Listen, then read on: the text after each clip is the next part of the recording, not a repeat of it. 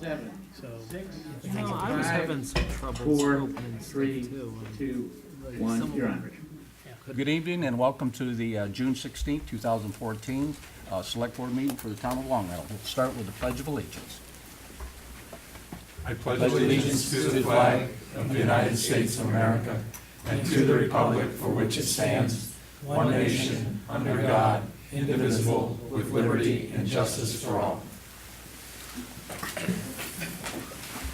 Tonight we have a brief announcement. The July and August regular Select Board meetings will be held at the Police Station Meeting Room, 34 William Street, due to high school summer vacation. Anybody else have anything that comments? Okay. Resident comments? Rich? one more announcement, Bliss Road's gonna be paved tomorrow. Yeah.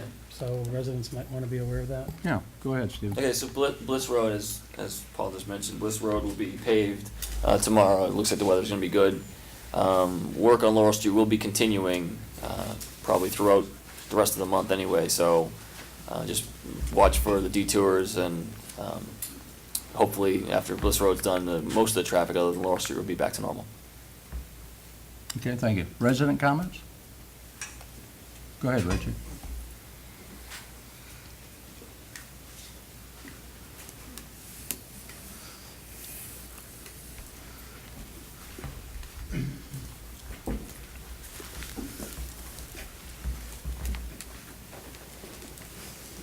Richard Elias, 608 Frank Smith Road. Members of the board, citizens of Long Meadow. I think we might have a problem, but something that we can deal with, I hope. We've got so many houses going up for sale in this town. You look down the street from the traffic lights to my house, it's probably less than a mile, and there are 6 homes up for sale. You're looking down all the streets, the question is why? Is it the taxes? That could be a problem to some degree. Is it the people that children have graduated from school and they don't want to stay here and pay the taxes? As some of them have said in meetings, we came here just because our children can go to school and we'll be leaving and want to make sure we get good money for our houses. Well, that's fine. They're entitled to that. They pay taxes while they're here. I just hope it is those people that are leaving and not citizens of the town that just can't afford it. I just ask that all considerations be given to being frugal over the next year, but not to the extent of hurting the citizens that are here now. They've done a great job on the paving of the roads. They got right to it, and they keep on going. And let's put it like this. This would be nice if we could do that on all the problems in this town. Thank you very much. Thank you, Richard. Jim? Just a great compliment to the contractor that did the paving on Merriweather. It's a pleasure to drive on that street now. Okay, thank you, Jim. Select Board comments? Al? I emailed everybody on the board some information about water rates and tiered rates specifically, and to comply with the open meeting law, I didn't send anything that expressed an opinion, so that's what I'm doing now. So I'm going to pass out copies of a tiered rate water proposal. We're not, as far as I know, not going to vote on it tonight, but I want everybody to have the time to digest the information. As you'll see, this tiered rate water proposal would actually have 87% of the people in town paying less than they would under the flat rates. So I think this is something that we should all take a look at, and I think ought to be implemented when we vote on it. Yeah, I noticed that you sent out a lot of other information other than this, though, in your attachment today. Or you just sent that attachment to me, didn't you? Correct. Okay. Because I, again, didn't want to violate the. Okay, well, I guess you could, I guess if we make a statement, there's further attachments, you should be able to email the attachments out. Yeah, I said the attachments, but that was just like pre-existing documents. I thought that was okay Okay. under the open meeting law, but the memo itself would have to be handed out in open Okay. session. Anything else, Alan? Nope. Anyone else? I have a couple of comments to make. Marie was not here at our last meeting, and each member praised her for accomplishments last year, and I think we talked about the town manager, and we just want to make sure that you were aware, Marie. I think everybody unilaterally said that it was a difficult year with negotiations, or with the casinos, and with the labor contracts, and with having a brand-new town manager. I don't think there was a moment's peace. I think everybody shared the comments that right now we have a board made up with 3 ex-chairs, so there are at least 3 people on this board that are fully aware of how complex these dealings get and how much the voluminous amount of paperwork that's associated with not only serving on a committee, but also taking the chairmanship of the committee. I'm too new, I'm too young to say anything now. But after this first meeting, I can assure you that it's worse than I envisioned. There is a tremendous amount of extra work, and I look forward to leaning on some of the senior partners as we get sticky spots this year. Next issue on business is the Select Board Committee interviews. We have 3 of them tonight. And we have the Audit Committee, we have the Board of Health, and we have 4 of them, the Historic District Commission and the Historic Commission. We want to start with the Audit Committee? Kara? Stevens. Yeah, just call him Kara Stevens. Is that Kara?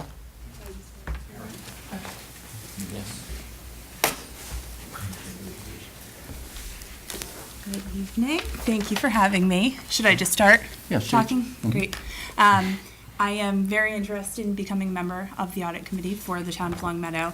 I currently am a resident and moved here about a year and a half ago. My current work position is I'm the director of the accounting program at Bay Path College for the undergraduate and graduate courses. Previous to that, I worked in public accounting, where I prepared to present at a lot of the audit committee meetings, and I enjoyed that very much. I'm a CPA with an MBA. I'm actually going back to school for a doctorate degree. And my interest in the audit committee is really to get involved in the community, understand the financials of the town of Long Meadow, and to really hopefully help with the overall process of Okay, thank financial you. reporting. Thank you. Any of the members have questions? I guess I just have, welcome and Sure, thank you thank you. for applying. My only question is there any area of particular interest you have, or any area of concerns that you have that you'd like to see, that you think the audit committee ought to be addressing?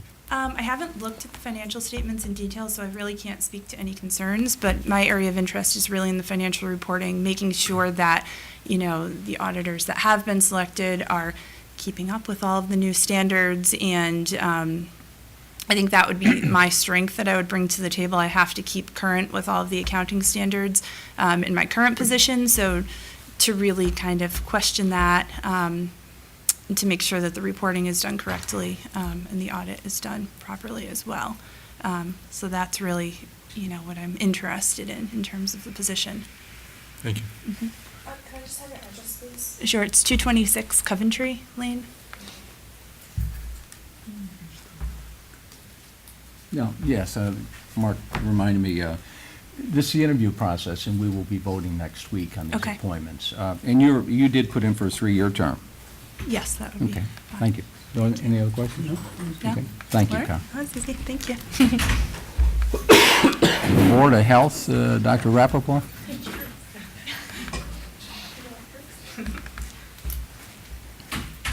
Hey, Bob.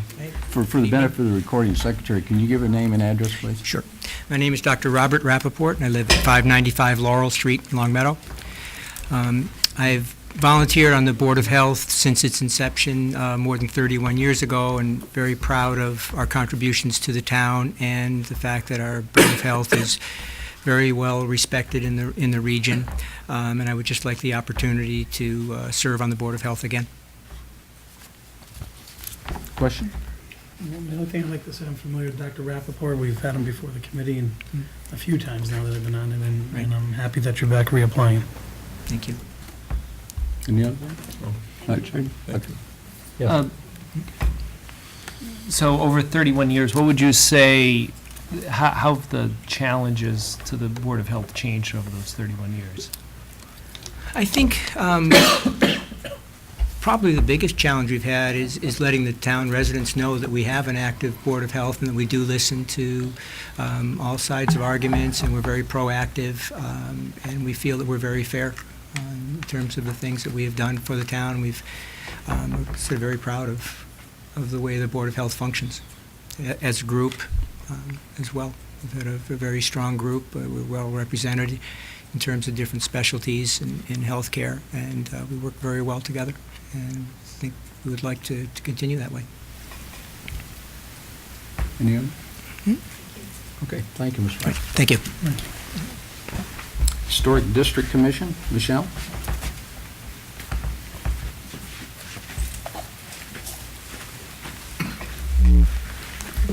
Hi, I'm Michelle Steger, 35 Warwick Street in Longmeadow, and I am reapplying to be on the Historic District Commission and the Historical Commission. I believe I've been serving since 2009, and have really loved it. I've served as a secretary of the HC, and I'm currently a demolition delay representative on the Historical Commission. And yeah, I'm just wanting to stay active. Questions? Go ahead, Matt. Yeah, thank you for reapplying, Michelle. Quick question about the potential extension or not of the historical district. Has there been discussion about that? And if there has, or even if there hasn't, what are your thoughts about the potentially extending that? I know we've done it once in the last term, at least. Yeah, so it was kind of a challenge to do it in a large block. So with the help of Susan Hall, who's a previous member of the Historical Commission, and Betsy Port and Andrew Lamb, we sent letters out to various families who were eligible, and people who were interested decided to join on. And I think that's probably a good strategy moving forward, at least for now. I think the way these things work, I know it was attempted in Colony Hills, and there was some trouble. I think 80% of people kind of want it, but there's kind of a vocal minority that doesn't want it. So it's a challenge, but I think if people who want to join are able to join, that's a good way to go about it for now. Thank you. Can I ask? Because I was going to touch on something similar. Yeah. When you look at the spot zone, it becomes spot zone in the sense that the issues of putting a house on one street and maybe 3 streets away is another home that volunteers, and I know they volunteered to expand the district or be included in the district. At some point, doesn't that affect the other people that are around that home? Because we have certain criteria within the historic district of what you can and can't do. And looking at that and the impact of the neighborhood of having a historic home or a historic home on a street, and then there might be 3 houses, 4 houses down, does that expand the control of the Historic District Commission? Because I'm not one that, I know people volunteered, but I think spot zoning in that regard it gets to be a little bit dangerous as what becomes historic and what's not historic, so to speak. That's a good question. It hasn't really come up yet. I mean, I guess if there was some major, if someone, we have the Demolition Delay Committee for pre-1901 houses, but I think anytime you can, property values go up when they're historic districts, so I think it's really a good thing for your neighbors, whether or not you're personally involved. Okay. Anything else? Okay, Michelle, well, you can stay seated Okay. because you're also going for the Historic Commission. Oh, yes. Oh, can I ask one more? For the Historic District Commission, I've previously been in the alternate position, and I saw that there was a full member position, and I would love to be placed in that position if that's possible. That was noted on your application that you would like to be changed to a regular member for a 3-year appointment. Right. Okay. Okay, thanks. Yeah, and the And- Historical Commission, as I said, I'm serving as one of the members of the Demolition Delay Committee, representatives from the Historical Commission, and really I love that I'm on both commissions because the HDC is really focused primarily on the Historic District, and the Historical Commission is concerned with kind of all of Longmeadow, and it's more of an advisory commission, which is really nice as well. So I've enjoyed being on it, and it's a great group of people. Mr. Gold? No, I have no questions. She's No, been we on have the questions. commission Thank you, Michelle. Thank you. Thank you. I missed one comment back. I was able to attend the Long Meadow Volunteer Recognition Luncheon this past week, and I thought I'd mention there was 2 volunteers that were commended for their service. They had 15 years of volunteer service to our community. One of the ladies' name was Marilyn Hurst, and the other was Tina, I think it's DiMessa. And if I've ruined your name, you can send me a letter. But I congratulate you on your amount of service to our community. Next order is approval of minutes from June 3rd regular meeting and the June 4th special meeting. Do you have a motion to approve for the June 3rd? I'll move we approve the minutes to June 3rd regular meeting, subject to a couple of modifications that we'll go through. Second. Discussion? Yeah, hold on, I gotta find them now. There's only 2 little things. One is the word, about halfway down it says, Mr. Gold asked the interviewee what role the Park and Recreation Board, it should be has, H-A-S, and you had was, W-A-S. I suspect that was a typo. And later in that paragraph, there was just a, I think it was an interpretive thing, but it said, asked about how the board could include more parks to the board's agenda, and I think it was park-related items, rather than just more parks. We already have parks in the Park Commission, but it was park-related items, I think. Those are the only 2. Yeah, I have one item that was on the last page. We had one of those for the tennis courts that said play courts instead of clay courts. Say that again. Yeah. You don't play tennis, do you? No, it must be the autocorrect. Yeah, it had play courts instead of clay courts. Any other corrections? Let me see, are we on the 3rd or the 4th? We're doing the 3rd. Okay. All in favor? Aye. All opposed? Unanimous? Passed? Okay, the June 4th meeting. Motion to I move accept? to approve the minutes from the June 4th meeting. Second. Discussion?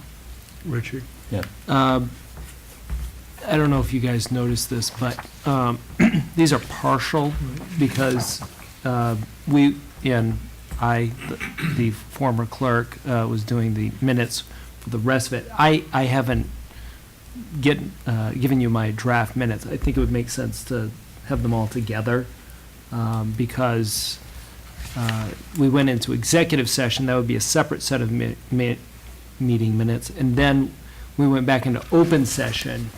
And so I think it needs to be supplemented. So I would suggest putting off approval of these minutes till later. Okay, you want to withdraw the motion? I didn't make the I motion. made the motion. I'll withdraw the motion. Okay. All right, keep the agenda up. The next item under old business was the financial policies and capital planning. Apparently, we had a debt management policy given to us a couple of weeks ago, and a capital improvement policy that was given to us to review. I think we deferred voting on it last meeting. Some of the members wanted to review it a little bit more, so I'm looking for a motion to approve these policies. I move to approve the policies. Okay, second? Okay. A second. I think we ought to discuss them, so I'm going to second them to discuss them. I'll second them. Thank you. Okay, discussion? Motion. I have, yeah, I'm not convinced that either of these policies are critical policies that the board needs to implement. I think some of them tie the hands of our professional staff, whether it's our treasurer's department or our finance department. I think there's areas in there that are really good, but I don't know if we want to rewrite them as a group or not rewrite them as a group. I don't know how you want to do that, but that's one of the reasons I'm not supporting them at this point. Any other comments? No, I'll agree with Mark. I think that when we have these policies that are submitted, a lot of times there's reactionary, they're reactionary to something. We had a policy that was, I believe it was either the Auditor Committee or Finance Committee that said we would hold nothing but government-rated, government bonds because we had something like a Verizon stock, and Mary would remember that. And I think about 4 or 5 years later, the Finance Committee came out with a revised policy that said we should expand our investment options to get a higher rate of return. And the money that we lost by selling that stock instead of holding it was detrimental to the town. And I've read the policies, and I don't necessarily agree with them. So I think if we have them as a discussion on the board level to find, I'd really like to understand why they were proposed and why the changes. We had Mr. Landon here talking about them, but I don't think we had a full-blown discussion, but I wouldn't support them as they were written. And part of it is because I see them come back, we end up with 360s where we go back to discuss them again and amending them to solve an issue that we voted on. The original policies were to solve another issue, and I think that sometimes you need to step back and say, is it really that, are the current policies not doing the job, so to speak? And that's where I'd like to have the conversation, but I don't support them as they are written. Are we, go ahead, Mary. Well, I think the process that we were going this is all part of GFOA, and you have to review the financial policies. And I think that the Finance Committee spent a lot of time looking at how other towns were doing it and how it would sort of bring us some sort of progress and moving forward, fitting into the GFOA standards. And so I understood that we had the Finance Committee here. If we had questions or concerns, what are the sections? If we had questions, we wanted the CFO to respond on how he felt. I hate to just throw this out saying, because a lot of work was put into this, and I think that we do need to review our capital planning policies, because that seems to be a reoccurring concern that this board has, that we're not investing enough in the capital infrastructure. And I think if we start setting up policies that move us more towards that, we will make progress. So I hate to just throw the whole topic out saying that we just don't like these. I'd like to see what is it that there are the concerns and what are the problems, and sort of build on it rather than saying we're not moving forward on it. Yeah, Maria, I have no problem with that. I think, I seem to recall that when Mr. Landon was here, we had received them very, very shortly before he showed up here, if not, that earlier that day. And so I really hadn't had a chance to look at them sufficiently enough to ask intelligent questions at that point. But I'd be more than happy to give him a chance to respond to the concerns at this point if anybody else wants to do the same thing. But I know at that point there just wasn't an opportunity to do that. Go ahead, Alan.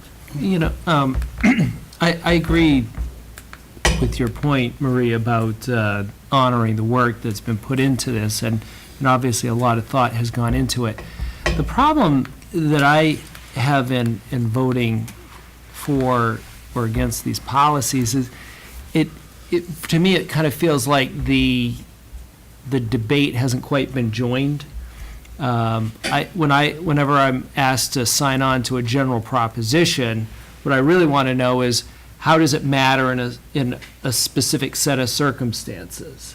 There are a lot of general statements that sound good, but how does that have a practical impact? And that's the sort of thing that I'd want to understand better before I signed on to a general policy. Go ahead, Steve. I would just offer briefly, Paul Pasturzek and I have reviewed the policies, and I think by and large the goals that the policies have are laudable. Some of the language is compulsory, meaning the policy states, shall and must versus may and should. And I think, there are some variables that impact the town's spending decisions, year in, year out, whether it be a capital need that comes up that's greater, or collective bargaining agreements, or some other factor.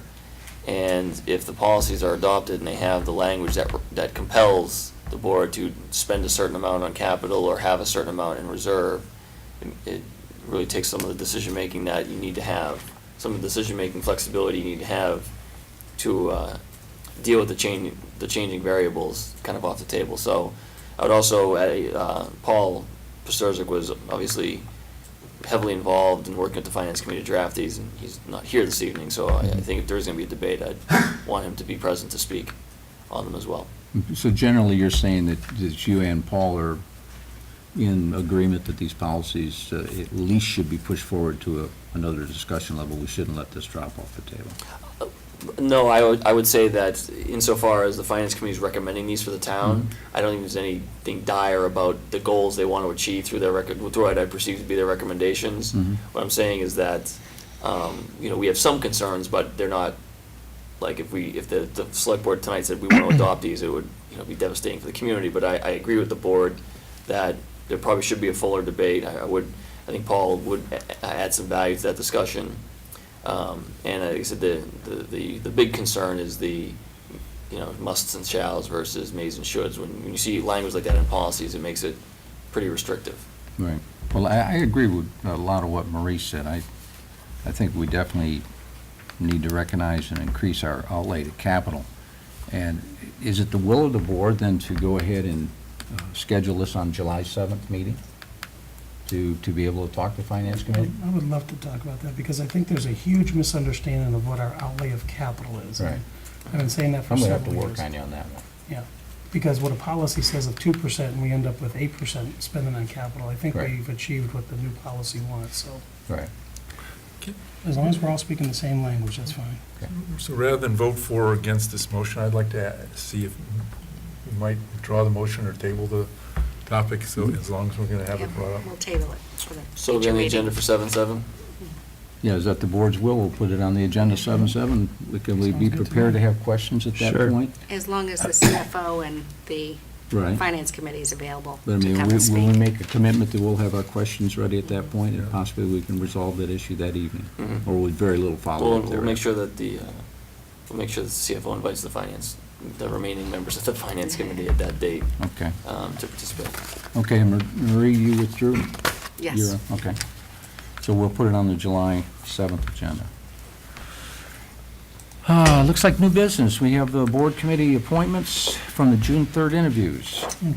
I'd like to make a motion to approve Glenn Rosenberg to a 3-year term on the audit committee expiring June 30th, 2017. Second. Discussion? All in favor? Aye. Aye. I move to appoint Michael Zeller to a 3-year term on the Board of Assessors expiring June 30th, 2017. Second. Discussion? All in favor? I move to appoint Mary Pat Toy to a 3-year term expiring June 30th, 2017 to the Board of Health. Second. Discussion? All in favor? Aye. All in favor? Aye. Okay. I move to appoint Steve Woolman, Howland Lowe, and Norm Michaels to a 3-year term expiring June 30th, 2017 to the Cable Advisory Committee. Second. Second? Discussion? All in Yeah. favor? Oh, excuse me. Just a discussion. I've expressed since the day I got on the select board that I think there's a fundamental conflict between the Cable Advisory Committee and the LCTV. Since one funds the other, I'm going to vote against these appointments, and I just thought people should hear why.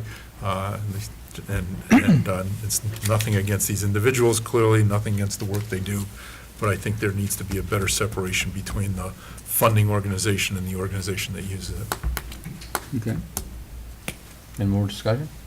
So if voting against these 3 individuals is not the way to accomplish that aim, what is?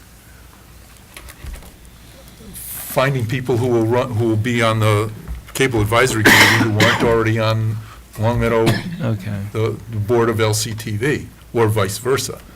But right now, these folks are on the board of LCTV. That's not our purview to appoint LCTV. That's an independent 501c3. But it is our purview to appoint people to the Cable Commission. The good point is, these folks, Dr. Woolman and Mr. Lowe, Mr. Michaels, know this stuff backwards and forwards, and they clearly do, and they've served us very well. We're not in a situation right now where we're in the midst of negotiating with Comcast. We have some ongoing issues from time to time. I suspect they may in fact be reappointed. I'm just saying it as my personal opinion, that's all.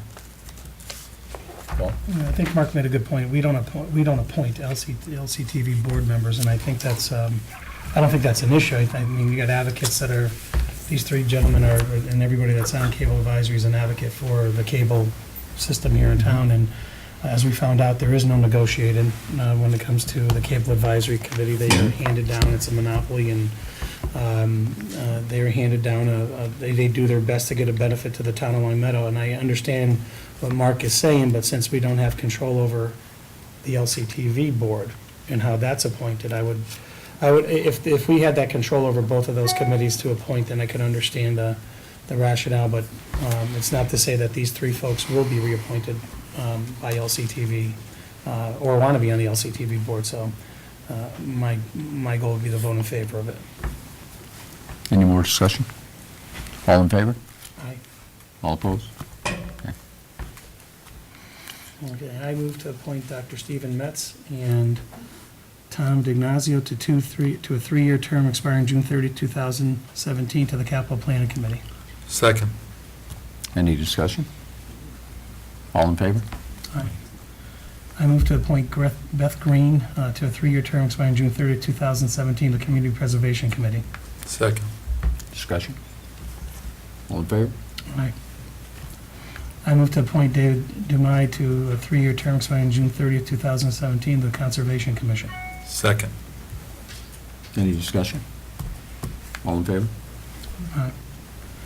I move to appoint John Carey and Robert Petroff to a three-year term expiring June 30, 2017, to the Council on Aging Board of Directors.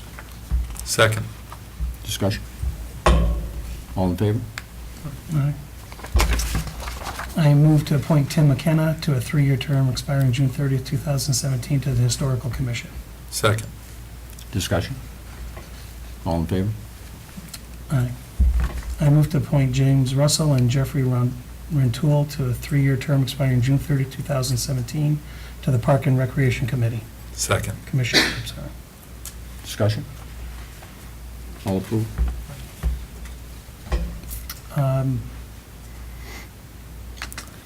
This one here, No, Arlene was the one-year associate. 1 year, okay. Yeah, I 1 move year to associate. appoint Arlene Miller to a one-year term on the Recycling Commission expiring June 30th, 2015. Second. Discussion? All in favor?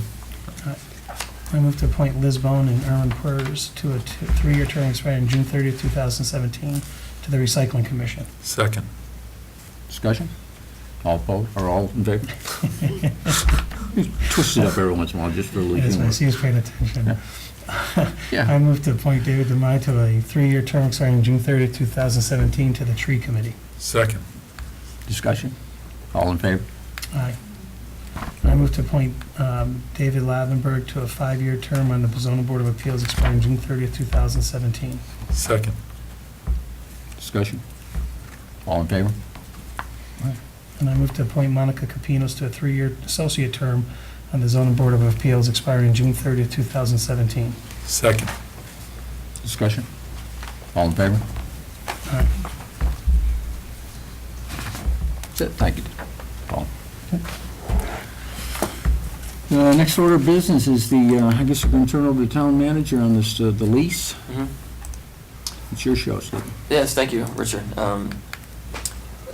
In the packet, you have, I have a brief memo explaining it, but the U.S. Fish and Wildlife Service has reached an agreement with the Friends of Fanny Stebbins to convert the current Fanny Stebbins Wildlife Refuge to the Silvio Conti refuge, which is actually a nationwide designation through the U.S. Fish and Wildlife Service.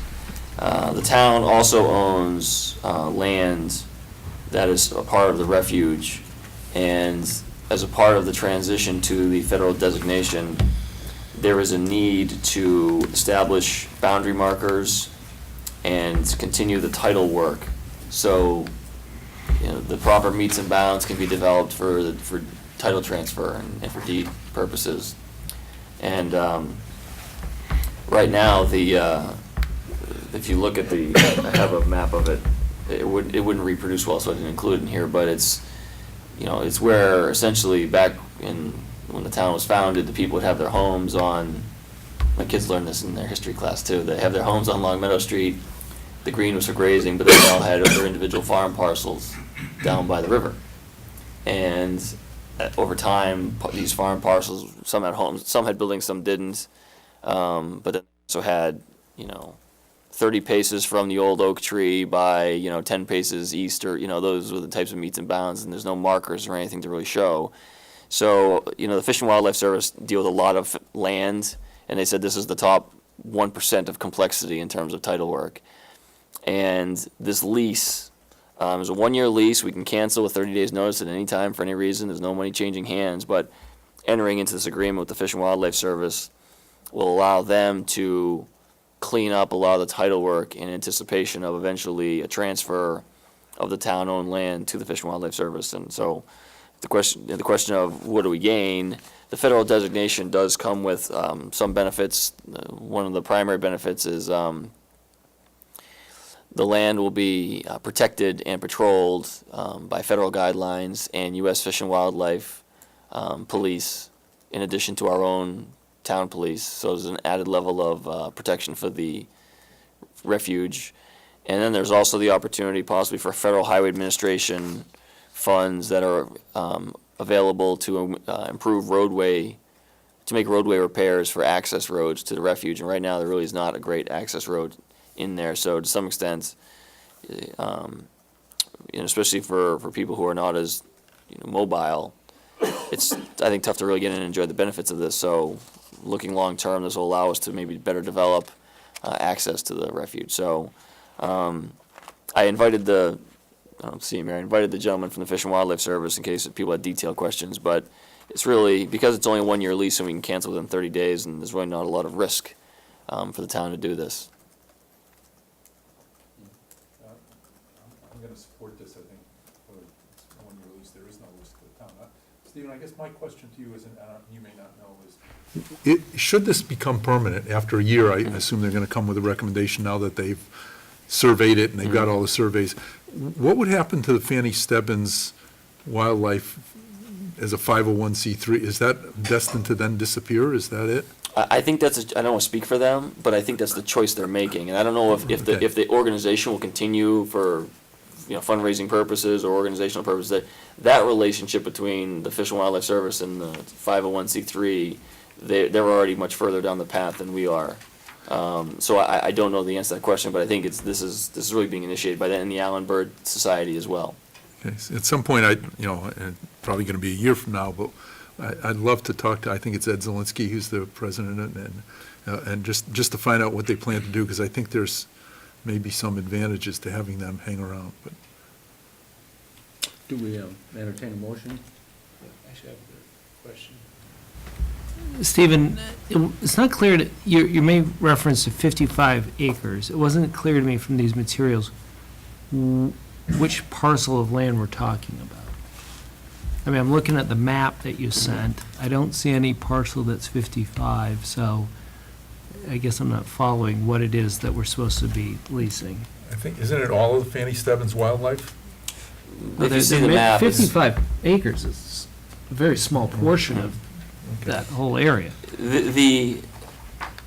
I think it's 55 acres that they are in the process, that they don't have good meets and bounds for. I know there's more than 55 acres shown here. You have the green and the orange on the map that shows what's town-owned and what's... Right. And I don't think it's the entire, I mean, obviously our DPW facility is down there as well.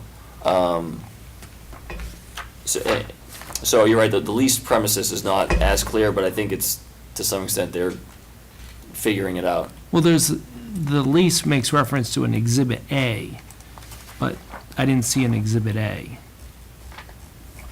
I mean, that Exhibit A is supposed to designate the land that's being leased.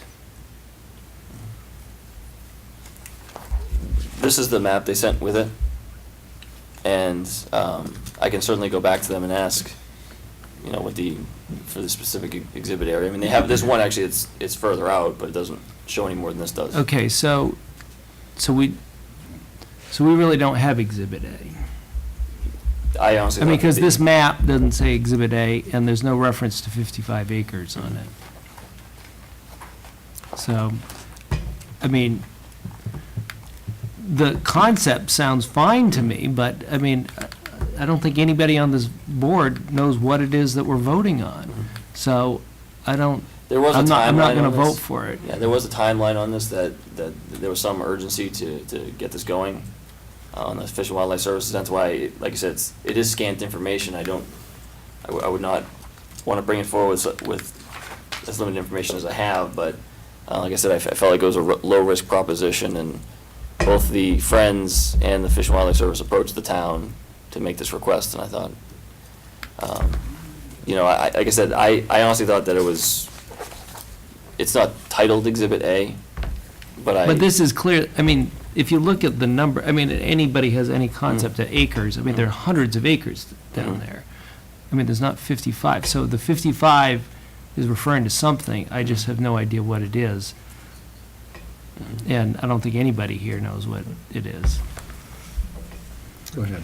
Yeah, Alex, I agree with you. I mean, this isn't the cleanest map in the world, but I think this, from the way I read this, was that they were concerned about determining the boundaries of a portion of it, not all of it, and therefore it's those 55 acres that they're concerned about the portion of it, and this gives them the right to go on there and do all the surveying and pay all the surveying as part of their lease. I think there's absolutely no risk to us to approve this tonight, recognizing we can cancel this with essentially very little notice and let the Fish and Wildlife group go about doing what they want to do, and I think then go question whether we want to make this permanent based on, and get a lot more details when this comes before us for a permanent transfer of town land to the federal government. But at this point, I think it's a great idea. I'm going to make a motion that we approve this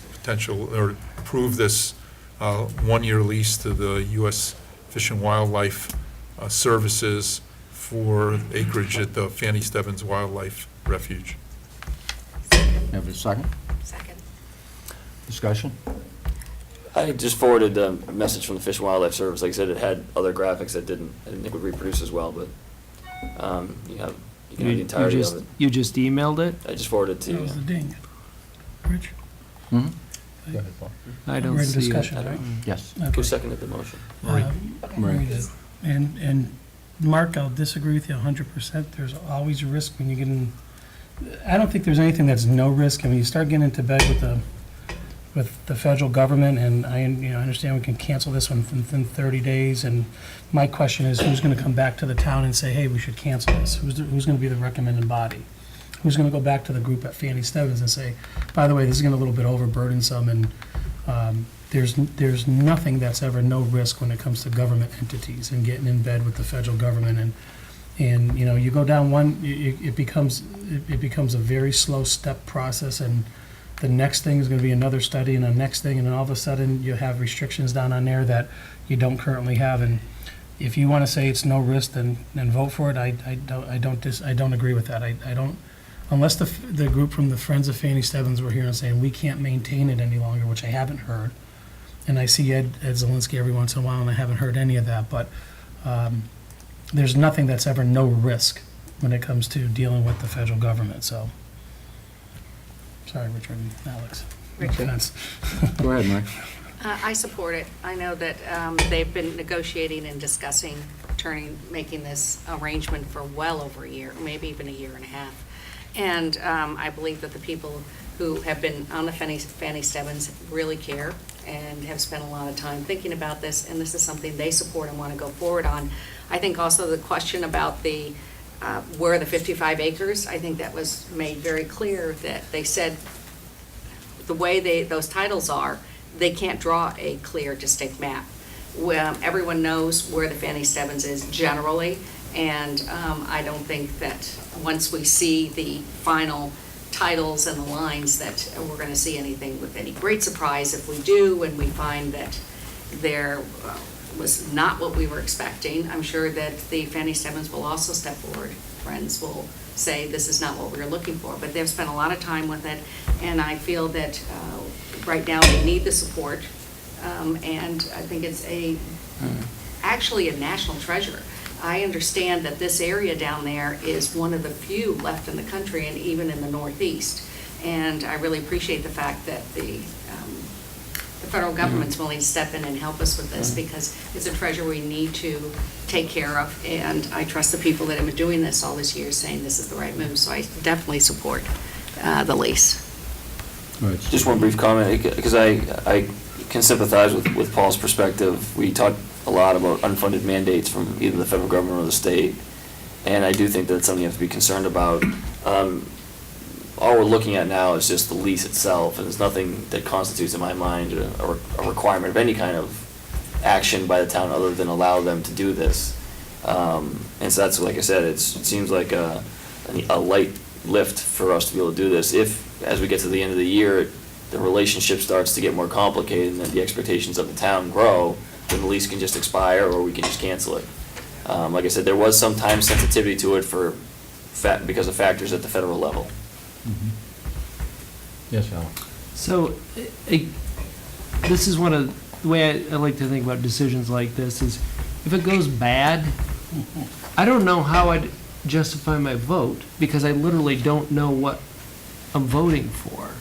I mean, the map that was provided, which is the same map you just emailed Stephen, consists of about 500 acres down by the river, as I see it, because there's about 300 of Fanny Stebbins and maybe 200 or so, I'm guesstimating from this map, of town-owned land.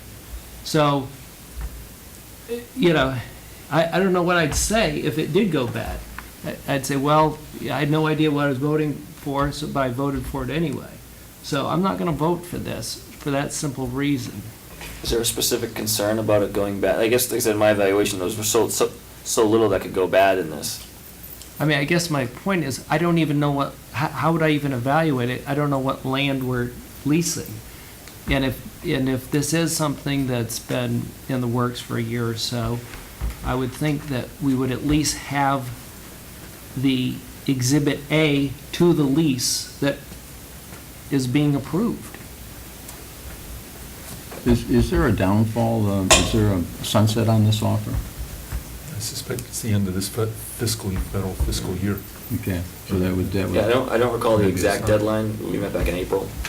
But I do know that it was time set. I think it was the end of the month they wanted something, but I can certainly go back. And the problem is, as you know, that we don't meet again until July 7th, and it certainly doesn't, like I said, I just feel like this doesn't really rise to the level of a special meeting because the expectations that we're accepting are so low. Right. Well, and as I say, it does seem like a harmless document since you can cancel for any reason on this document. And I understand from the discussion, it's been a good discussion, but that they need to be able to get some reason to go in there and obligate money to do the surveys, et cetera, et cetera, et cetera. And this vehicle's going to provide that avenue. And I guess there'd be a lot of answers that would come forth after that. But I agree, the map presented, you're guessing as to where the 55 acres are, because you can't tell from the map. Well, even in the document of the lease, it's highlighted and it says plus or minus, which leads me to conclude that they weren't even 100% sure of how much they needed. That's why they need to get in there and kind of lay this out. Right. Well- No, the total turnover of the land, I could definitely see more concern then for questions, but for this to just move forward, I feel fairly comfortable that we're not obligating ourselves beyond the point of redemption. Is there any other discussion? I just had a question. So I'm hearing a concern that this is time sensitive. I mean, do we know that for sure, or are we? I don't remember the exact date, but I do remember it was because I was trying to evaluate where this would fit in with priorities and where, you know, and should we get more information and get a better explanation of it, but to some extent it was, I believe they needed it by the end of the month. Is that, well, I mean, when you say you believe it, I mean, is that something they said? Is that something they, It was discussed, like I said, Written? it was discussed during the meeting, I just didn't write down the note. did they explain why it was time sensitive? I think they did, I don't recall, I'm sorry.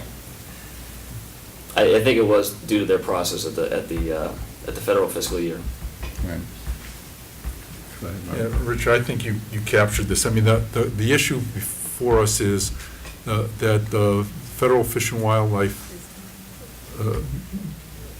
group would like to go in and survey Fanny Stebbins. My suspicion is, at their cost, they can't spend money on land they have no control over. And so by signing this lease, which, by the way, offers no income for the town, but simply gives them the right, therefore, to go in and spend the money to do the survey.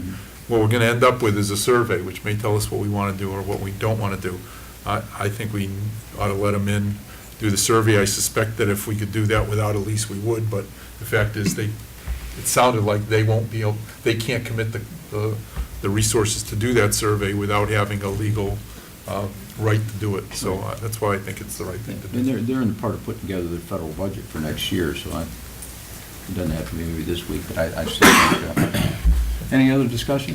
You know, one point is that I think, I'm glad we're filling in the blanks without knowing what the blanks are. And I think, to Alex's point, I mean, I stated why I wouldn't support it, but I think these are the kind of decisions that end up, when we say there's no risk and you're filling in the blanks and making the argument to do something when we don't have all the facts, this is the type of vote that gets the select board in trouble. And I'm just giving you my commentary, because I think when we say, well, I believe this is what they meant, then it should be on a piece of paper saying, here's what I meant, not what I believe they think they meant.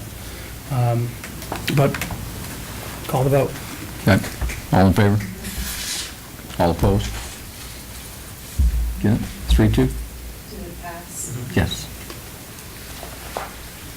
Next issue is Greenwood Kindergarten presentation. I guess that ricochets back to the town manager. Yeah, I have, I just did a handout because it's such a brief presentation. I don't want to go through the trouble of the projector, but this is just for information purposes. We had been offering a half-day kindergarten program at Greenwood Center, largely because the schools up and through the end of this school year had the full-day program only open to a lottery system. With the school's proposal to move to a full-day kindergarten that was still optional but open to everyone, we evaluated our own program, and I'll just go through this briefly and we'll talk a little bit about the history of the program, enrollment, budget, benchmark pricing, other folks who do this, other organizations that provide this service, and then the impact. So, as it says, it was the half-day kindergarten program was established in 1986. My understanding is that it was the only game in town for that kind of thing back then. And it is currently licensed by the Commonwealth of Massachusetts, and their primary goal is to provide a high-quality, safe, home-away-from-home atmosphere. They do transport students on an as-needed basis between the Greenwood Center and Blueberry Center and Wolf Run schools. They do social development, thematic units, STEM, which is science, technology, and engineering, math lab programs. They do physical education and snack, and it was a good program that fostered social and academic growth. In fiscal year 13, they had 7 participants. In fiscal year 14, they've had 9. The program is administered by 1 full-time, 1 part-time staff support. The break-even number of participants is 13 full-time students for the full year, and obviously we haven't had that. You can see the financial data. Fiscal year 13, the program lost almost $24,000. In fiscal year 14, it's projected to lose less than that, but still projected to lose about $18,000. The school department, like I said, is going to offer kindergarten to everyone who wants it. Because of decreasing enrollment and higher costs that you see below there, cost competitiveness largely driven by the cost to have municipal employees. Municipal employees are more expensive than, in some cases, than private organizations because of health insurance benefits and things like that. You can see that these were prices per month. Some of them charge annual, like the school district, $3,000 is an annual tuition, but if you break it out per month, you can see we were more expensive than the schools, with the reduced tuition. And like I said, people who don't want to do the full-day kindergarten program at the schools can still there's still options for other nearby, for other half-day programs. So for fiscal year 15, we're not going to offer the program, primarily due to the low enrollment, and the funds, the losses have been absorbed by the revolving fund, not the general fund, so this doesn't have an impact on the general fund. But it's the revolving fund still was absorbing a loss, and that loss will be eliminated. Any questions about that? Go ahead. In the past, we've had to replenish some of the funds because there's been various programs in Greenwood that have lost money over the years, and it's not always a similar program. And I believe last year, or maybe the year before, we had to add one employee because of how the metrics work. There was one more student than what the law allowed. We had to hire a full-time employee. And, you know, a little history lesson, 11 years ago, the Park and Rec Commission came, and director came to the Finance Committee and said, we have a program that'll make money for the town and will always make money for the town. I think we've gotten to the point, year after year, there's always something of concern at Greenwood. And I don't believe we've done a cost-benefit analysis to the townspeople of Long Meadow. And I don't want to say it's song and dance, but we get, you know, there's always a reason why there's a deficit over here or a deficit over there. And I really think that this is the type of program that should be 100% reevaluated. We have other area private communities. The demographics have shown that school enrollment is down. With school enrollment going down over the years, that means preschool enrollment, it goes down with it. And there's been years where we've had to help out that particular program because of deficits and so forth. And we keep going, every year there's another deficit in another part of the program, and it doesn't seem to be the same program year after year, but I don't know why we continue to run that program, because we haven't done that cost-benefit analysis to the townspeople. And I understand the reserve fund, or the Park and Rec revolving fund, but at some point in time, they're occupying, you know, a building that's either, we heard a couple weeks ago that we're not cleaning the building, the facility, and I actually we need to have a discussion about that maybe at some point. But I'd just like to know, at what point are we gonna take a look at this program and say, is Greenwood really for the benefit of the town? Not for the benefit of the 30 people who might use it. I get it. I haven't sent my kids there. I think one of my kids went there after school one year. So I get it. I understand why people would utilize it, but there's enough private companies around, I think, that offer the same thing. They offer bus services, they offer facilities, areas to go run around in and stuff for the kids for programming. And I really like us to see as a town, figure out whether that's a program, that whole facility is something that we want to continue with, because it just seems that every year there's another segment of it, or a different segment from the previous year, that has had some downfall or needs some other sort of funding. And I've said it before, this isn't the first time I brought that up, but that this is a program, though, I think Greenwood Center needs to be reevaluated as to whether it's a benefit for the townspeople and not as an operation, but is it providing a benefit for the money that it's costing? And I think that, I think the competition has shown, and I think the demographics have shown that it's hard to hold that pace and hard to hold those fees and turn a profit. So I think maybe the time has come to really take a look at it. I agree completely, Paul. And right now, the daycare portion of it makes money. Not like it used to make a lot of money, because but as you see, increase. So when we looked at this, we did look at what are the other programs doing. Right now, this was the one for Greenwood that was really kind of a drain. And so it was this is an easy, you know, it's a business. We run it like a business, and this is an easy business decision. And really, the people, you know, everyone has plenty of time to choose a different enrollment option for next year with the other opportunities that are out there. Right now, the daycare is making money, and you're right. Is it on a downward trajectory? Probably so. And we have we are looking at that. So I agree with you. Stephen, this presentation, is it meant to inform or to ask our approval? To inform. So do you feel that this is the sort of decision as the administrator that you can shut down a major program like this? You can. And could you explain that further? It's an operational decision. I don't know what you want me to say. I would disagree. this is a major policy decision. I think when the town started this program back in 1986, that was a significant policy decision of deciding whether to offer an additional educational program. It involves weighing the needs of the community. It's something that's not, it's not technocratic, it's not administrative. It's a value judgment, and I would disagree that you have the authority to shut down a major program that involves those kinds of value judgments.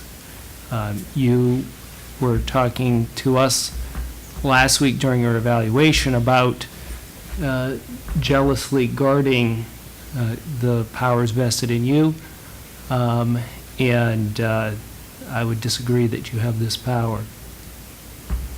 Rich? I don't know if it was a policy decision of the select board. I know it was a policy decision of the park board when it was installed, the program. This would be similar, I would make it related to the town manager decided to, through the budget process, working with department heads, said we need to add 5 more police officers or, do away with mowing of town, of the circles in town or whatever. And I believe this is an operational decision, and it certainly doesn't fall under the auspices of the board. We did not install the program at Greenwood Center, nor can we dissolve it. And I would disagree with you that this is something that should be decided by the town manager working with the director of Park and Recs, and I'm sure the director of Park and Recs works with the park board, but this is not a decision that is ours to say, keep it open or shut it down. I don't, we might have a value judgment and say we want to fund the clay courts, for example, but I don't believe that we are the ones to say that this is something that we want to see open. You might argue with the town manager about the reasons why you want to close it, but I don't think it's under the purview of the select board to say that this is our responsibility, because quite frankly, we don't run the program. It is run operationally. We don't fund the program. It's funded by a revolving account, so we don't run this at all. Richard, may I Yes. respond? To me, this is an interesting point. I agree that there's a distinction between, what grass you mow and whether you offer a program. That sort of basic decision, if that's not an executive function, I don't know what is. So, I don't know, it's interesting. I mean, I guess, the other point is that it could be controversial. I recall when Robin Crosby was our town manager, things that were controversial she would bring, because she understood that, as the elected official, that we ought to be taking the heat or not for major decisions. So I guess I would just totally disagree with you. If I think anybody on the select board has concerns about the town manager's assumption of powers in the future, this would be a major precedent to cite. If the town manager can shut down a significant program like this on his own decision, there's a lot of other things I imagine that would be of similar import. Go ahead. Yeah, Stephen, I just have a couple of questions, because I'm not as familiar about this program. I think it is an operational decision. It's losing money, it's clearly, it's not got the demand it did. But the way this is stated is that it is a half-day kindergarten program. Is this the only half-day kindergarten program these children go to, or is this the half-day supplemental to the other half-day that they spend in the public schools, which is what I think it... It's a supplement, yeah. It's a half-day so this is, okay. I don't know if every child is supplementing, like, if a parent decides they don't want to enroll their child in the half-day program that has been offered by the schools, but generally speaking, this is a supplement Okay. program that's... That's what I thought it was. Thank you. Other comments? I agree with what Paul's saying. I've been flipping through the charter here because I've read the language before. I believe this predominantly falls under the authority and direction of the town manager. We may think it shouldn't, but I believe it does interpret the charter. We do have time we can do our little research and prove it to ourselves, because you're not going to do this till the FY15. Yeah, I mean, I So- think we're sending notices to the parent. We want to give people as Right. much notice as we can. Send Yeah. notices to the parents and let them know that we're not going to be offering the program. Right. And Yeah, it's that's like- right. Our FY15 is just right around the corner, isn't it? I keep thinking of the federal 15. Yeah, no, it's upon us, and I should add that when the school committee adopted their budget that included the full-day kindergarten, that is when this analysis began. Mhm. So we've been studying it for a while, and, I know at a previous meeting, we've talked about making sure that we run town programs that are business-like programs, like a business, and this, like I said, falls squarely in that paradigm of this is a business function, and we manage the business functions of the town, so Mhm. this should be an easy one. And your notification process is going to be, For the parents? Yeah. Through the director, okay, just to the director? yeah. It's like, Yeah. it's 9 children Okay. this year, and I don't know how many had intended to look into it next year, but Okay. with the school's offering, I'd imagine enrollment will go down even from there. And I can assure you that if anybody finds some other concern, they won't be embarrassed enough not to call you and talk with you about it. Sure. Yeah. Yes, Marie? And I'm going to say, this is the type of analysis I do like getting and being informed of. And in the past, that hasn't happened. To have a breakdown of what's really going on in a program and the cost analysis and sort of letting us peek behind the curtain of the decision-making, I think it's great. It is So a big decision, I don't deny that, so that's why I want to make sure I gave more Yeah. detailed information than this just happened. And I know parents sign up way ahead of June in making their decision on where they're going to be, and slots are filling, so I think delaying the decision would be really detrimental, and I'm sure those parents are listening to this and realize this is coming down the line, so that they can really get their children in the places they want them to be. And but the schools have just priced us out of any Right. reasonably being able to run a program Yeah. down at Greenwood. And there's a lot of other places that we could put, as Paul said, the money shifts back and forth, and there are a lot of great programs down there. Thank you. Okay, thank you, Stephen. Next issue on the agenda is the Redfern Drive Group Home. Did you distribute the revised? No, but I do. Stephen had worked up a memorandum, and we got to chatting on this issue. We got to chatting back and forth on emails, and he misinterpreted, I think, what I said back to him, and it resulted in what you got in your package, which was a very bulleted type Just have a thing. few bullets? Yeah. Yeah, it actually was, what was supposed to go in the packet was what I had sent to you originally. Right. I think, I don't want to throw her under the bus, but I think Debbie assembled the packet electronically Yeah, they got them. and used a version that was out of date. Okay. So I think it was an administrative issue on our end. Okay, and I noticed that we do have people in the audience that are going to be listening to this discussion. It won't be an open format of an answering back and forth, but we're now going to talk about the issue so that you can absorb the information that we have researched. Not at this point, no, sir. It's not an open hearing. But the information that we're going to present is based on the attorneys, 2 different attorney opinions. It's based on case law in the state. I don't think you're going to find anything wrong with the information. It may not make everybody feel warm and fuzzy, but it is the law that we're going to let you know about. And Stephen, you want to start? Well, you don't have to, because I understand that, because I'm making phone calls, and I understand that the state overrules every bylaw in Long Meadow. I understand that, so we're basically dead in the water. My issue is the fact that they get away with things that residents of this town don't. Like, for instance, last time I spoke about Converse Street, and I didn't see it. Well, there's a big 40-foot trailer with advertising at the home. Okay, well, let me bring the point back. It's not an open discussion at this point. That discussion took place when we had the the open meeting 2 weeks ago. At this point, the agenda item is now to explain back to the general public and those that listen to the meeting what our research did determine. And I'm not saying there is not a later date where more discussion could take place, but at this point, our agenda item is strictly to convey information outward instead of absorbing and debating back and forth. Okay. Stephen? Thank you, Richard. We had a call with not only town council, but also a land use attorney specialist from Coleman Page who works with us frequently. And, the short of it is that, the questions were, was the building permit issued properly? Is the use allowed under local bylaws and or state law? And how many people could legally occupy the home? And is there case law that informs this issue? And I think we briefly described, and I know everybody received the larger packet on the case law about this. The short answer to all of these is yes, the permit was properly issued.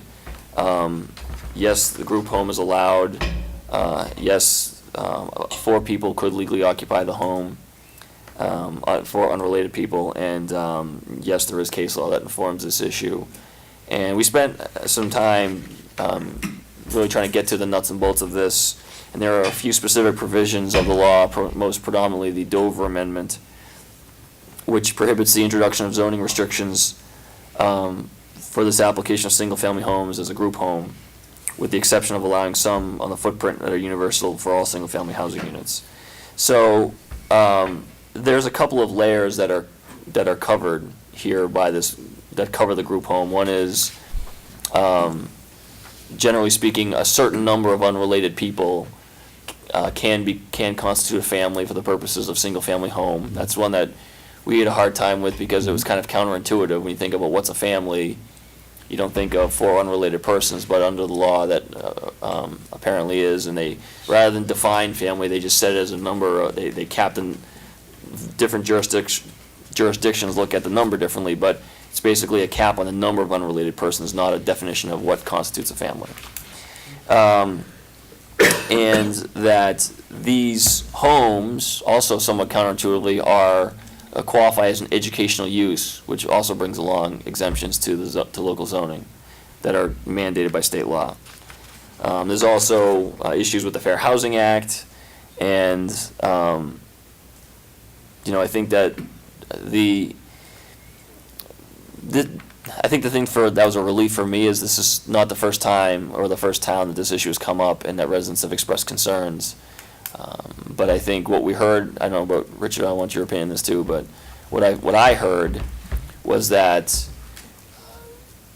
I think in every case that the attorneys knew of, the town's people, the residents, the neighbors, and the organizations that operate these homes develop good relationships going forward through communication and cooperation, and these end up being positive things, or the positive relationships develop. So I think, so when we talk about, or if the thought is what's our next step I think would be to encourage the neighbors to work with the operators of the home and get as good a sense as possible for what the operations are going to be, and understand, get as much knowledge as possible about who's going to be there, what they're going to be doing, and develop a good relationship with them. And that's what I got from the meeting. When I sat in the meeting, I personally did not agree with what was being said, and I think I shared that with you until I was able to go back and get more research, and then it became very, very apparent that the Dover Amendment does trump all the zoning. And as you've explained, this happens across the Commonwealth, and we may not sometimes enjoy the fact that everything can be thrown out by a law, but yet the law is there, and it is law, and it's been held up in the courts on many occasions. And this is an educational type facility. The defining of the family, we notice that our ordinance itself doesn't define family too well, and we thought we'll look at that in the future. But even in this case, regardless of how we defined a family, it would be overruled, because there's case law that supports the fact that a family can be 4 unrelated, unblood, et cetera, people with a common interest. And then the Dover Amendment allows the housing unit to trump all of this out and bring in these individuals. So it is a law. I don't think there's anything else we can say. I understand the concerns of some of the citizens, but I think the summation that you had was that they do encourage to get in and meet the operators of the property and understand this. This is a professional type organization. It's not new. They've been here for many years. This is a firm that's based up in Northampton, so they have several homes they're operating. Go ahead, Mark. I was just wondering, I found that this document that you distributed to us called a legal guide to the siting of community-based social services programs and special needs schools, that and the summary memo that you just distributed, I thought those are extraordinarily useful. I was wondering if there's some advantages to posting both of those on our website to make them available to our town residents so that they can read what we've read, and I hope that they then come to the same conclusions that we've come to. Richard? Yeah. So, I asked Attorney Martell, our town council, to show me the cases that he and the other lawyer were referring to, and I read them. And I think there's a fair bit of nuance that is missing from what we just heard. I'll boil it down, though. First of all, and I spoke to Attorney Martell this afternoon before coming to this meeting, and he agreed that there were two basic issues. One is, what is the definition of family? And second, does this Dover Amendment, even if there were not if it were deemed a family, would it nonetheless trump all our zoning laws? And for the family question, there's a set of factors. It's a very fact-intensive process. That's what the Supreme Judicial Court and the Jaffe case said. Other cases that have interpreted Jaffe say the same thing.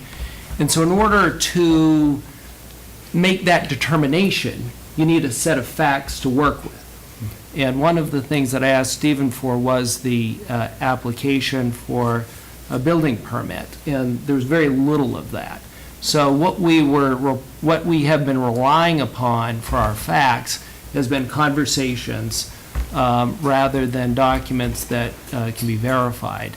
And in my conversation with Dave, the town council, that he agreed that what we need is a better process where there's actually forms submitted. Somebody's got to be held accountable for the representations that are made so that the use of the building is in fact what the conversation says it is. And so that ultimately we can make that very fact-intensive decision.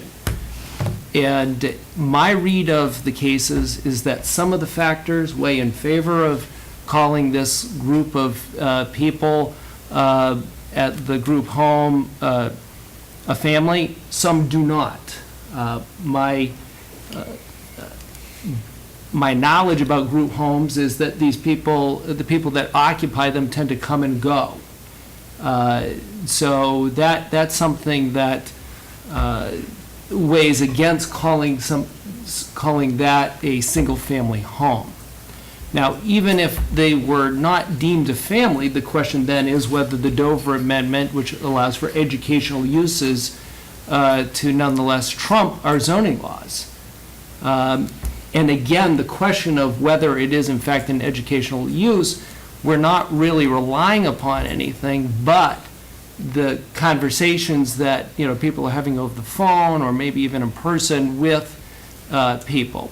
The fact is, as I understand it, this group home is, you've got a couple of layers of corporate relationships. You've got the people that are occupying the home who are being serviced by a government program. And then you have a company that's owning the home that's then leasing the premises to another company that is running the program. So, whether in fact it is an educational use, I think it's very important that we, in this case, and in all future cases, that we have a rigorous process to make sure that the facts are fleshed out, to make sure that our zoning laws are being followed, to make sure that if there is an exception like the Dover Amendment, that the facts are brought forward to make us make a reasonable decision on it. So to me, this question, even about this Redfern Drive group home, is not closed, because we have yet to get any kind of verification of the facts. And as I understand it, the next step in the process for that Redfern group home is a certificate of occupancy. So there's another step where they need to come to the town for our approval. And I think it's at that point that it's very important that we get the kind of verification, and so that we can look at the factors that the courts have determined are important to make a good decision. Can I ask a question? This decision on what? The certificate of occupancy. The select board decides on certificates of occupancy? No, I'm saying, The town. so the town. So the concern I had was that you got an application that was very bare bones. It said nothing about, Attorney Martell had to render his opinion, not based on the documents were submitted, but on a telephone call. So that's, to me, what is missing in this process.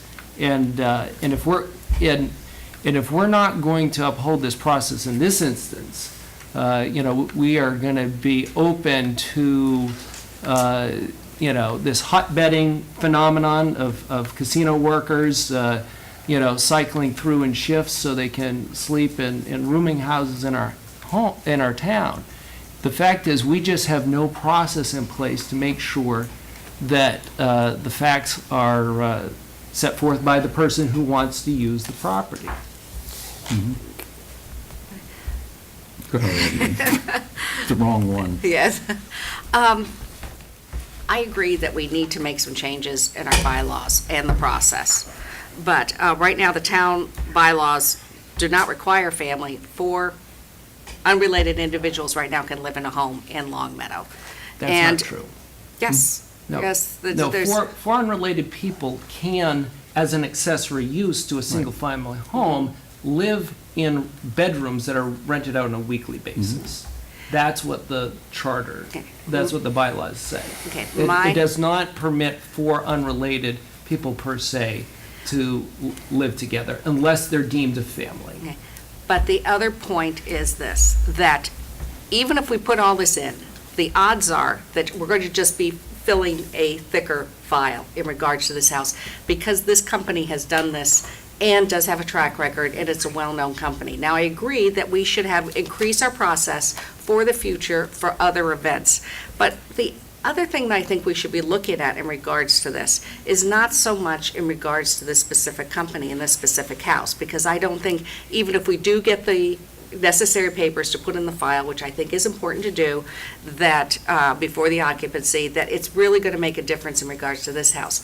But there are two things that I think we should make a difference in regards to this and others, and that is looking at our bylaws.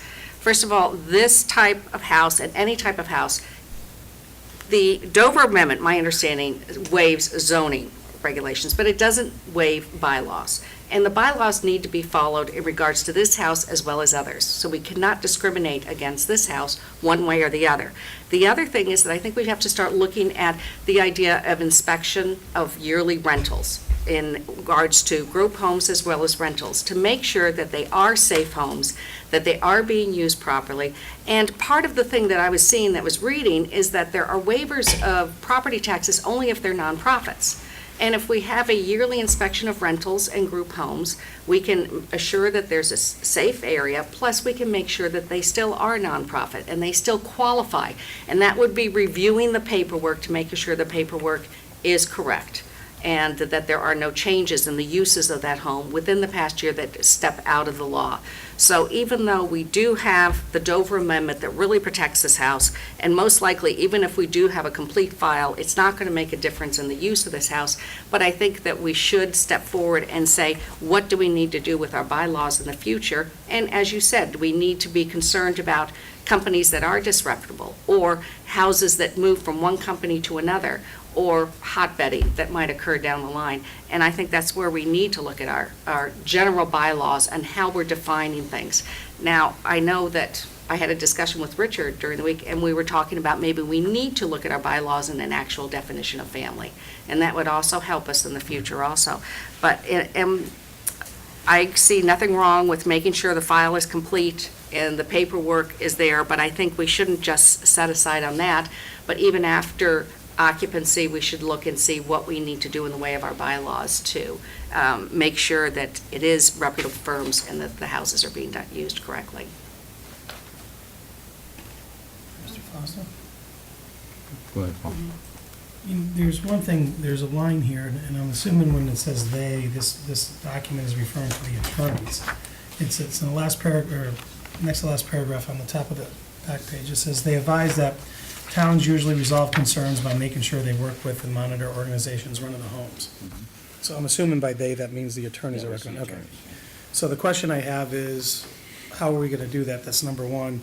And quite frankly, I'm with Alex on this in the sense that when we say, oh, it's too late for this home, I don't agree with it. I mean, I understand I read the documentation. I understand that our attorneys came back and said you can't stop it. But if we don't have the documentation, and I'm not going to assume that we do, that we have the documentation that says they're not-for-profit, here's what we are, here's the, everything, that's an educational facility. I don't know how we go on the assumption that everything is up to snuff and give a certificate of occupancy. Because I don't think the burden of proof is on the town to prove that the operators are doing everything correctly. I believe it's on the burden of the operator.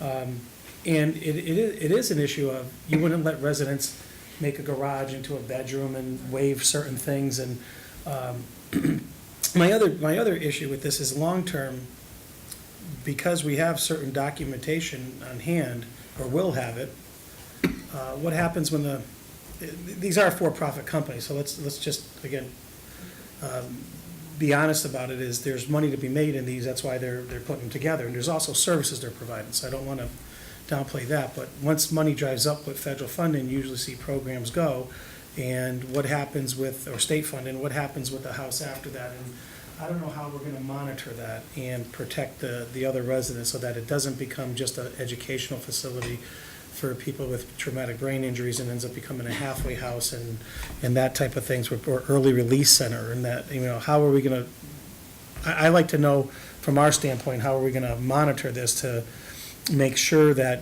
in the future, something doesn't change in that location. But I really, like I said, I agree with Alex. I don't, nothing's over until it's over, and I'm not saying that these folks can't operate in that home, because if the law's on their side, the law's on their side, but I don't think we should just say that we make the assumption that everything's okay, and that everything the paperwork is in order. And I know that, if a homeowner wanted to do certain things, we'd make them jump through hoops for the permitting process and everything, and which is the way it should be. If it's good enough for a homeowner, I think it should be good enough for an entity like this. I don't think the law allows for us to make an assumption that everything is there. And I had a conversation with Paul when this was brought to my attention, Paul Healy, our building inspector, and he said the words were, "There's nothing we can do about it." It didn't cite, and we didn't have this information at our last meeting, and we knew it was going to come up, so we didn't have that guidebook that was in the packet. And those are the kind of things that would make me give me the warm and fuzzies if the building inspector said, here's the guidebook, here's the page it's on, here's the listing of it, and this is why there's nothing we can do about it. It actually took getting two attorneys on the telephone and in a conference call and figuring out what the issues are and citing the case laws and everything. And so that's why, like I said, I'll agree with Alex on this one, that I'd like to see that documentation before the certificate of occupancy I would hope that it's a requirement before the certificate of occupancy is approved. Can I ask you, what do you specifically want to see? Well, here's the thing. They presumptively are not complying with the zoning laws. So if we need facts, and Dave Martell said that there are forms that Springfield has, and he's trying to get these forms, and he's gonna try to share them with us, where the applicant can set out why they fall within the single, family use provision, if they believe they do. And then, secondly, if they fall within something that would trump our zoning laws, again, it's their burden to show why they shouldn't be subject to our zoning laws. So in this case, it would be, set forth the facts. I would want it to be verified under oath, that would give you the protection of the Dover Amendment. And I mean, it seems like that's something that we would all agree on, because any legal analysis is only as good as the facts behind it. Okay, well, the corporation is ServiceNet. We know who's going to be leasing the structure, and by the way, for the purpose of the people listening, this home is owned for a profit firm, so the taxes will be paid to this community for this resident. It's a nonprofit that is going to be operating it. The company's name is ServiceNet. I looked at their website, and it's pretty clean, and along with all the other brochures talking about what their purpose is, what they do for the state, the placements that they have. I don't have many restrictions that's not pretty straightforward, but I'm trying to specifically find out what we want to see. Well, here's the thing, I think the first question is, do they qualify as a family? And therefore, do they fall within our zoning laws? Hmm? The Jaffe case has a number of factors. Does who qualify as a family? The resident, the people who would be occupying the home. Okay. I mean, that would be the whole argument that's been put forth of why that what they're doing is fine. That's argument number one. And they need to give a full explanation of who the people are, what the relationship is to the landlord, how they're going to live together. All of these are factors that I think you have to know to determine whether you fall within the definition of family. Now, they may say, well, we don't really fall within the definition of family, but here are some other set of facts that would allow us to take advantage of the provision, the statute that's been cited, which you call the Dover Amendment, and that they can make their case for that exception from our zoning laws. I mean, I think I think those are the two sets of facts that we need to hear from before this certificate of occupancy is issued. Alex, in your research, have you come across any reason why? Are there reasons under state law when you can withhold a certificate of occupancy? I'm concerned that there are, our building commissioner is, licensed by the state to do his job, and I'm concerned that we'd be putting him in a pretty unfavorable position by, the select board has no, vote on a certificate of occupancy, and so simply by pressure, putting him in a situation where he would be compelled to deny a certificate of occupancy is something we should look into the reasons why he can or cannot deny a certificate of occupancy. Well, he'd only and I guess, I just have a follow-up question too. Because I'm making that statement. I want to know that more information about the reasons behind it, what you can deny a certificate of occupancy for. The other thing I have is when we talk about a more rigorous process, that rigorous process then I will guess will apply to all applicants for building permits. These forms that Dave is going to produce, he mentioned the forms to me too. I think it's the standard permitting form for the city of Springfield, and if it asks for a higher level of information than our building permit form does, then I agree. Everyone should provide more information if we don't feel the current permit applications we have now do the trick, although I'm sure they comply with state law. We can certainly add layers to the process or make the process more rigorous, but it's going to apply to people who want to do a kitchen as well as the people who want to do a group home. And I'm not, and I understand the folks from Redfern Drive are upset. And I completely sympathize that it feels like a loss of control or something that isn't familiar in your neighborhood.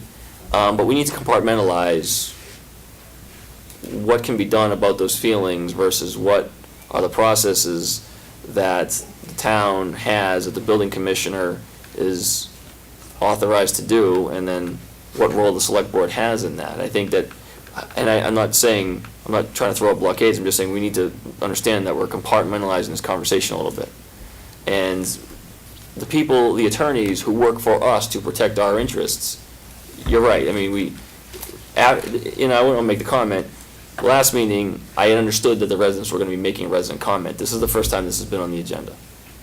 So the reporting and everything else is with the agenda item.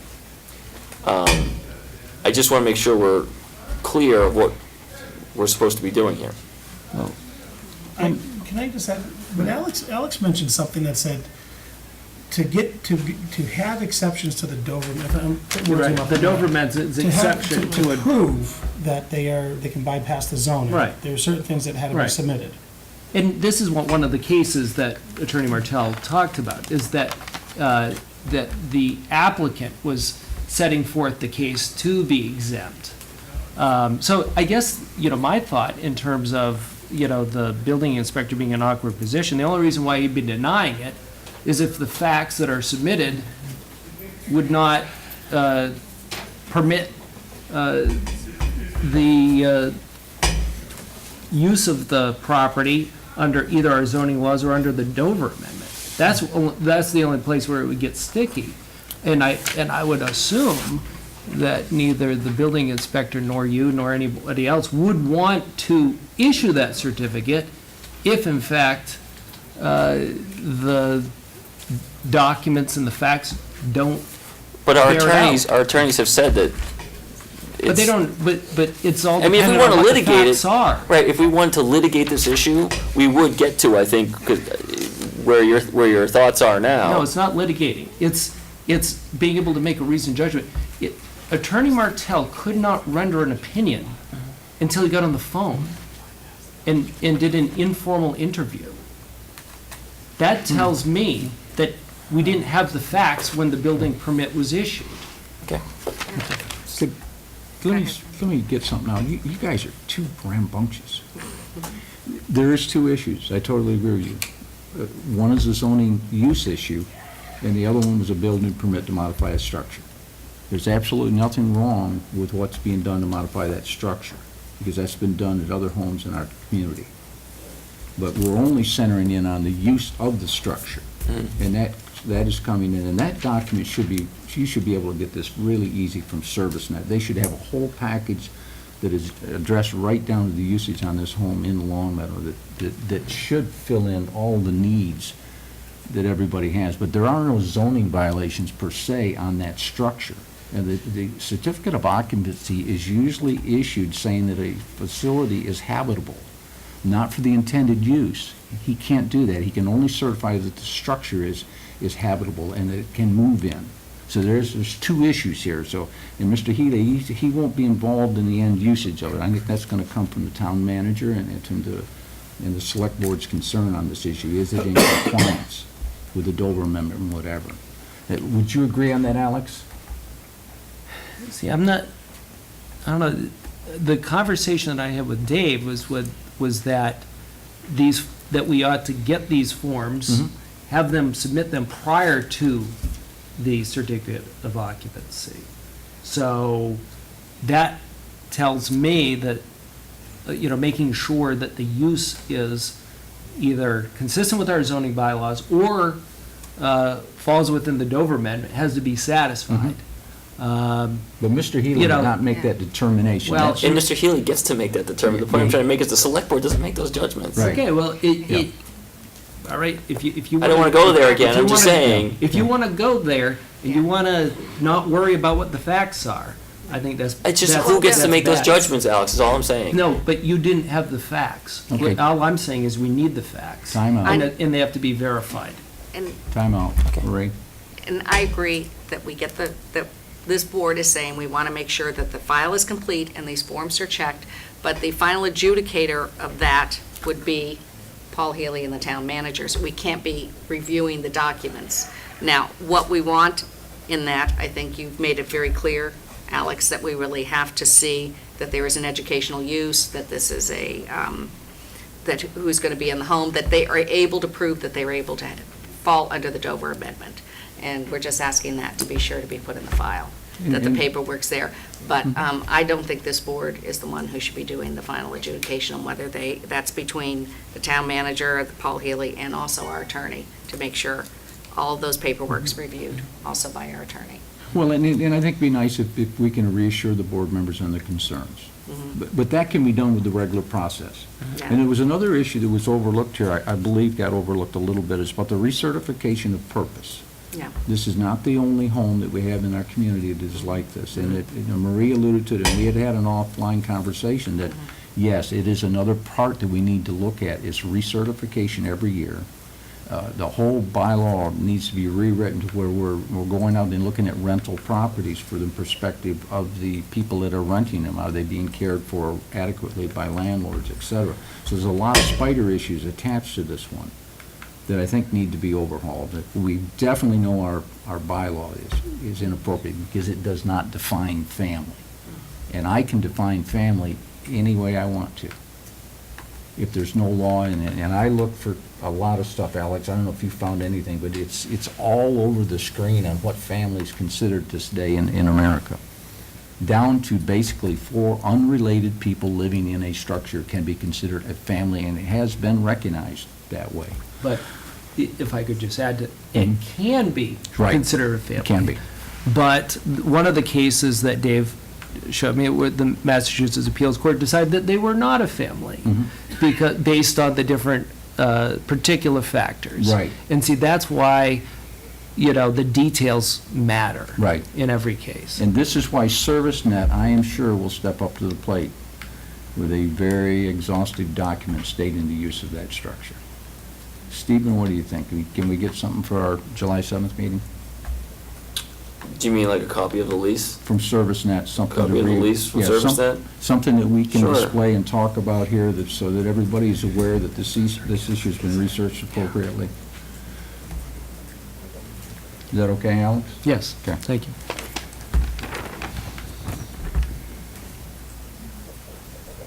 Any other discussion on the issue?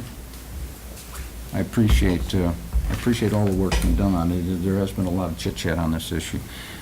Marie, I'm going to place, I'll talk with you. I think we'll get that on the future agenda here very quickly to get something going to look into that policy and bylaw. Oh, that's something that's going to take a while. Right, it Yeah. is. I will add that, and we talked about this at the call, and this is not related to the ServiceNet issue necessarily, but when we did have a discussion about our zoning bylaws generally, there are a host of things that the building commissioner, who's basically our zoning administrator as well, Right.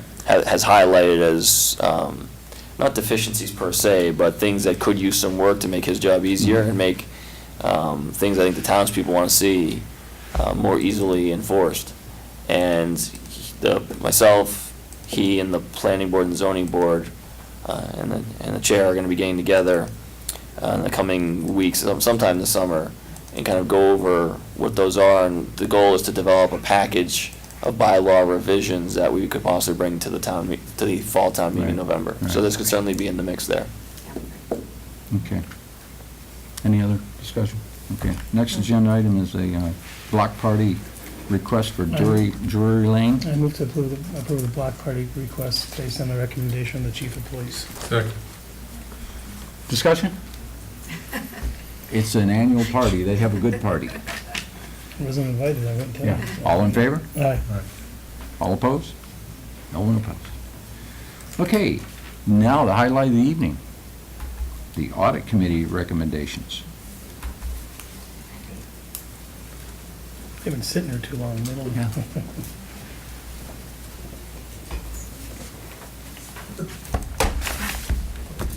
Okay. I wish we were there. Do you want to begin? Sure. My name is Jeff Klotz. I live at 487 Commerce Street.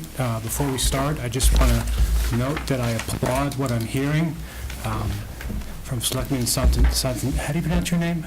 Santinello. Santinello, wanting clarity, facts, trends, solid financial information on which to make decisions. I like that the selectmen and women applauded what Mr. Crane brought forth when trying to tackle the decision of closing a program related to kindergarten-age kids, that you all applauded the detail that was given forth by him on this decision. And with that as background, I'd like to read our recommendation. Can you spell your last name for me? Sure, I can do that. It's K as in kangaroo, L-O-T as in a lot, Z as in zebra. We're taking the step with this recommendation to advise the select board to appropriate money that may or may not be consumed by the finance director. If it's not consumed, we know that at the end of the year it goes back to the general fund and can be reallocated. But it's there to provide the funds to complete a project that we recommend if the finance director so does. It's our recommendation that he does. It's our recommendation that the select board encourage him to do so. But as we all know, we are not his boss. With that said, the Audit Committee recommends by unanimous vote of members present at a meeting on May 29th, 2014, that the Lynch, Malloy, and Marini Limited Liability Partnership CPA firm, referred to from this point forth as LMM, be retained as the town's independent auditor for the 2015 through 2017 fiscal years. The key reasons are as follows. LMM's current client depth illustrates the ability to address all of the town's current financial issues. LMM's fee is approximately $26,000 less than that of the alternative firm over the contract period. The total appropriation for LMM services would be $94,000 over the 3-year period, broken out as annually as follows. In FY15, $32,500. In FY16, $30,500. In FY17, $31,000. Some background. As charged via the town charter, the Audit Committee provides advice and counsel to the Select Board, town manager, and other interested parties. It is to do so with the purpose of increasing public confidence and trust in the operations of town government within the scope of responsibility of ensuring the quality of financial reporting. To that end, we recommend that commencing with the next auditor procurement cycle, the town's finance director work towards a goal of producing for the town a financial statement in accordance with the standards set forth by the Government Finance Officers Association's comprehensive annual financial report. Further, we recommend that by the end of the 3rd year of this contract, the town's Department of Finance submit for review said CAFR, which is Comprehensive Annual Financial Report, CAFR, to the Government Finance Officers Association in an attempt to be awarded the Certificate of Achievement for Excellence in Financial Reporting. The Certificate of Achievement for Excellence in Financial Reporting is designed to encourage and assist state and local governments to go beyond the minimum requirements of generally accepted accounting principles to prepare comprehensive annual financial reports that evidence the spirit of transparency and full disclosure, and then to recognize individual governments that succeed in achieving that goal. Clearly, this program aligns with the charter obligations of the Audit Committee. Specifically, a CAFR is a detailed presentation of state, city, or town financial condition. This report is prepared at the end of the fiscal year and is composed of 3 sections: introductory, financial, and statistical. The introductory section includes the transmittal letter. The financial section includes, for each of the last 10 years, various financial statements and schedules, as well as comparisons of budgeted and actual amounts. Because the CAFR presents the complete overall financial results of operations, it also shows the financial investment and revenue records from all sources. The statistical section includes additional financial, economic, and demographic information presented in both static and 10-year trend formats. A CAFR will aid town management and residents to garner a better understanding of the financial data and the implications of past results and trends, and thus make better informed decisions. The town's finance director, has expressed confidence that town staff could create the initial CAFR over the 3-year period and without great difficulty, subsequently update the information for succeeding CAFRs. A little bit about the selection process. To provide assurance that a competent pool of applicants who could provide consultation to meet said goal would be solicited, the town's purchasing manager developed a list of 10 CPA firms experienced in Massachusetts municipal auditing and sent a request for proposal for auditing services to them. 3 firms responded with proposals to provide the services. The town's longtime auditor, Scanlon and Associates, did not submit a proposal. Upon initial review of these proposals, the audit committee quickly determined that of the 2 firms with similarly high fees, one was much larger and had significantly better experience. The 3rd firm, similar in size to our current smaller auditing firm, submitted a bid that was significantly lower. Through review of the 3rd firm's clientele, the audit committee and finance director determined that the 3rd firm was capable of performing the requested work. The audit committee decided to eliminate the firm with higher fees but significantly less experience to that of the similarly priced firm. Lynch, Malloy, and Marini, LLP, and Powers and Sullivan were invited to on-site interviews with the audit committee and the finance director. Meetings were scheduled for May 20th, and on that date, the audit committee met to interview the accounting firms of LMM and P&S as candidates to audit the financial accounts and records of the town of Longmeadow for the fiscal years ending June 30th, 2015, 16, and 17. The finance director also attended and participated in the process. Robert Lynch, a partner, represented LLM, and Michael Nelligan and James Powers, both partners, represented Powers and Sullivan. After the interviews were completed, the audit committee and the finance director had an open discussion on the interviews and candidates. There was a general consensus that the interview process went well, that both firms were favorably impressive, and that either could probably serve effectively as the town's independent auditor. The audit committee chairman asked the finance director to talk with some of the references provided by the 2 firms and to discuss with Mr. Lynch the audit committee's interest in moving towards producing the Government Finance Officers Association best practice recommended comprehensive annual financial report. On May 29th, the audit committee met to hear the results of the finance director's reference checks and of his comprehensive annual financial report discussion with Mr. Lynch. One of the 3 LMM references expressed strong displeasure with very tardy submission of the town's audited financial reports. Although this was of some concern to the audit committee and the finance director, all agreed: 1, the delay entailed an unusual circumstance; 2, the town of Longmeadow experienced late delivery of audited financials before without such causing substantial problems; and 3, paying significantly higher fees for each contract year for, in effect, greater assurance audited financial statements would not be late was not of good value to the town.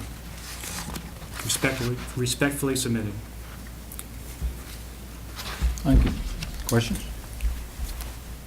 Go ahead, Steve. Have a good, thanks for the recommendation. I appreciate the work of the audit committee. I know Paul talked to me briefly about the work of the audit committee on this, so thank you for all that. The bids, the 32,500, the 30,500, and 31,000. Was that? I understood that was the inclusive amount. That's inclusive of the recommendation to fund the production of a CAFR. That includes $5,000 in the first year, $2,500 in each of the subsequent years. So in terms of things that go before the board, we're not talking about a substantial amount of money for a very substantial amount of clarity. Mm-hmm.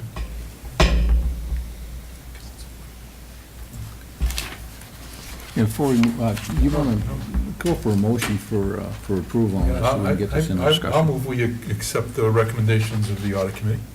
Second. Second? Okay, discussion. Paul? First of all, thank you, because I know that the process, we had Scale and Associate for years for getting us, for looking through and getting the town another firm, I know takes some time. I was actually concerned with bullet point number 2, that might have been the reason, when I first read this, the reason why we chose the firm, but then as I read further, I agree with you that, but I just, when that popped out at me, I thought maybe we're doing cost savings versus quality, but it seems, as I read further, that I was okay with that. So I just want to say thank you for the work, because I know bringing, we've had good auditors in this town, and I think that our town itself runs very well. The audit correction report seems to have minor things on them. The bigger problems, we seem to be doing pretty well, or bigger issues. But I want to thank you again for the work, because I think it's important, especially since we're transitioning from a firm that we had for years and years into something like this, that you guys actually did that background check and interviewed them and had them come in face to face, and I think that's very important. So thank you again. Go ahead, Al. Did Scanlon and Associates give you any hint on why they were not interested in continuing? It's pure conjecture. I don't want to go on record. However, the partner in charge of our particular audit did withdraw from the firm. Yeah. Any other questions? As a partner. He did not, he's still working for the firm, but not as Go ahead. Yeah, I do. Again, I also, I appreciate how much effort this was. I guess the biggest question is experience, and since it was mentioned briefly, can you go into, I don't know if it's Jeff, you or Glenn, you, a little bit more about the experience of the recommended firm, Lynch, Malloy, and Rini, and how many other communities they provide these services for, and what some of those communities might be, if you recall that? I can open up a copy of their RFP and read it to you, but you have to give me a second. The methodology that we used was, although they don't handle a town that has every component that we have unilaterally, they do handle towns that have every component that we handle within their portfolio.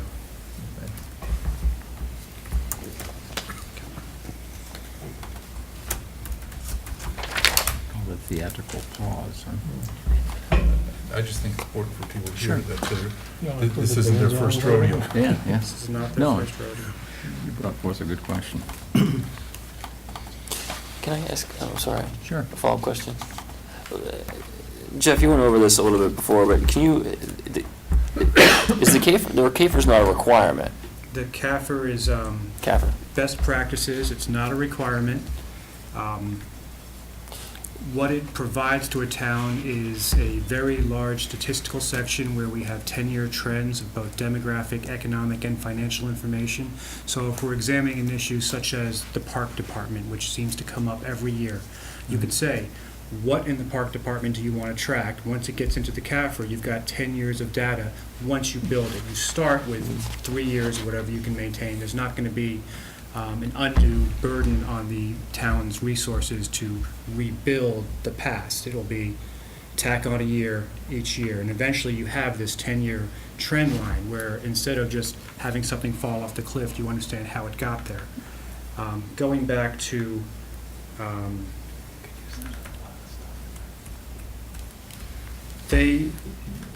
LLM performs in 2011 through 2013 the town of Avon, Chatham, East Bridgewater, Halifax, Hanson, Harwich, Hull, Marion, Middleborough, North Attleboro, Plimpton, Rochester, Rockland, Sandwich, Somerset, Yarmouth, the Plymouth Growth and Development Corporation, the Bridgewater Rayon Regional School District, the Chesterfield Goshen Regional School District, and Hampshire Regional School District, the Dennis Yarmouth Regional School District, Freetown Lakeville Regional School District, I'm going to pronounce this one wrong, Monomoy?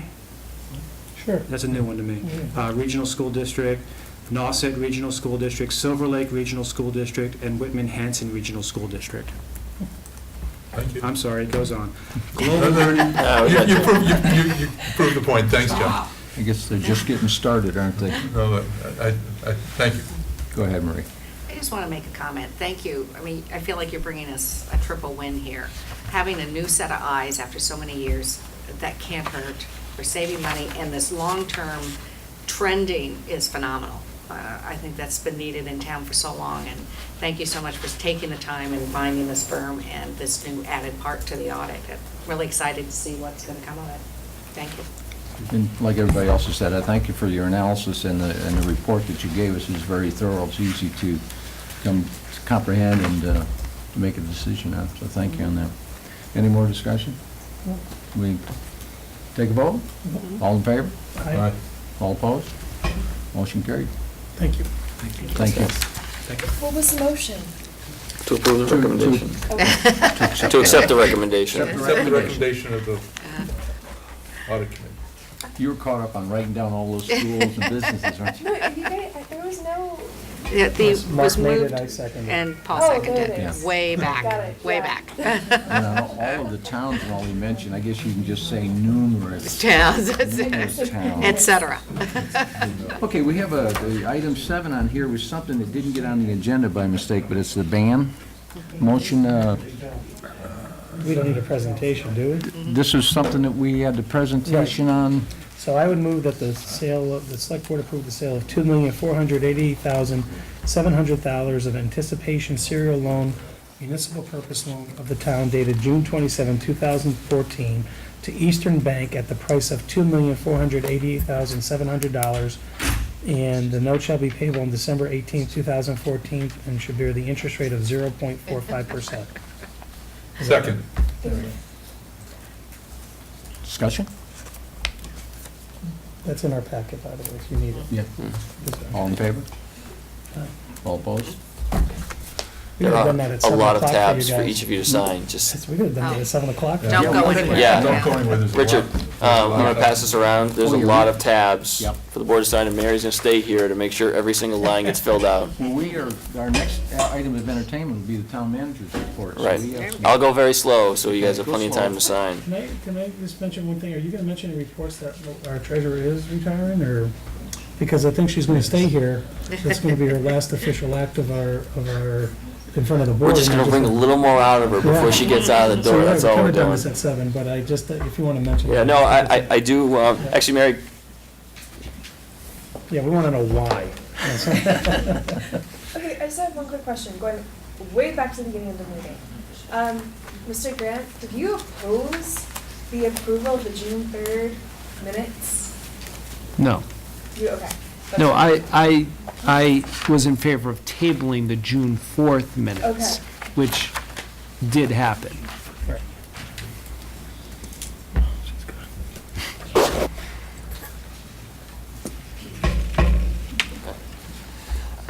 just briefly, Mary did, surprise some of us by announcing her retirement. How long have you been with the town? It would be 9 years this September. 9 years.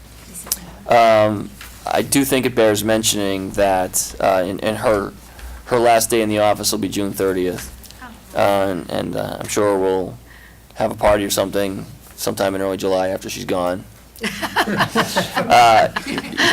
right, I mean, once you're out with the old. No, so I do want to say that I obviously have only been here for one of those years, but by all accounts, Mary came in under less than ideal circumstances in terms of what she found for the treasurer's office, and really did a good job modernizing the office, improving the processes, and also being able to recruit and retain good employees. And it's a very strong division in our town, one I worry about very little, because they don't cause much trouble and always get their work done, and put the town in a very good financial position. So I do want to I appreciate you mentioning it, Paul. I do want to take the opportunity to publicly acknowledge and thank Mary for her work and service to the town, and wish her the best of luck in retirement. Thanks, Stephen. I've really enjoyed working for the town. Every day that I've been the treasure collector, I've been very proud of holding that position.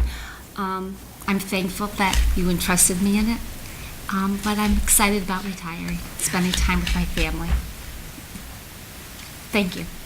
Thank you. One thing, having been here in this board for 8 of those years, 9 years that you've been here, I do remember some of those, not nightmarish types of things you inherited, but some of the issues you inherited. And I just want to say, to the town, that we've been lucky to have Mary, and she's done a great job in the treasurer's office. And I do want to thank you because I know what you inherited. I know where, just from the time of being on here and hearing some of those things from the town manager of what we were doing.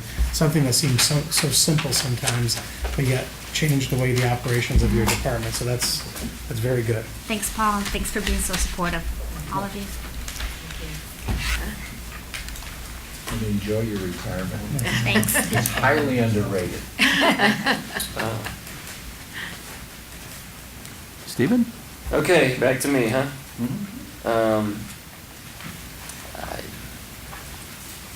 I do have, I don't need to go through that. I will go through them. I do somewhere in the back.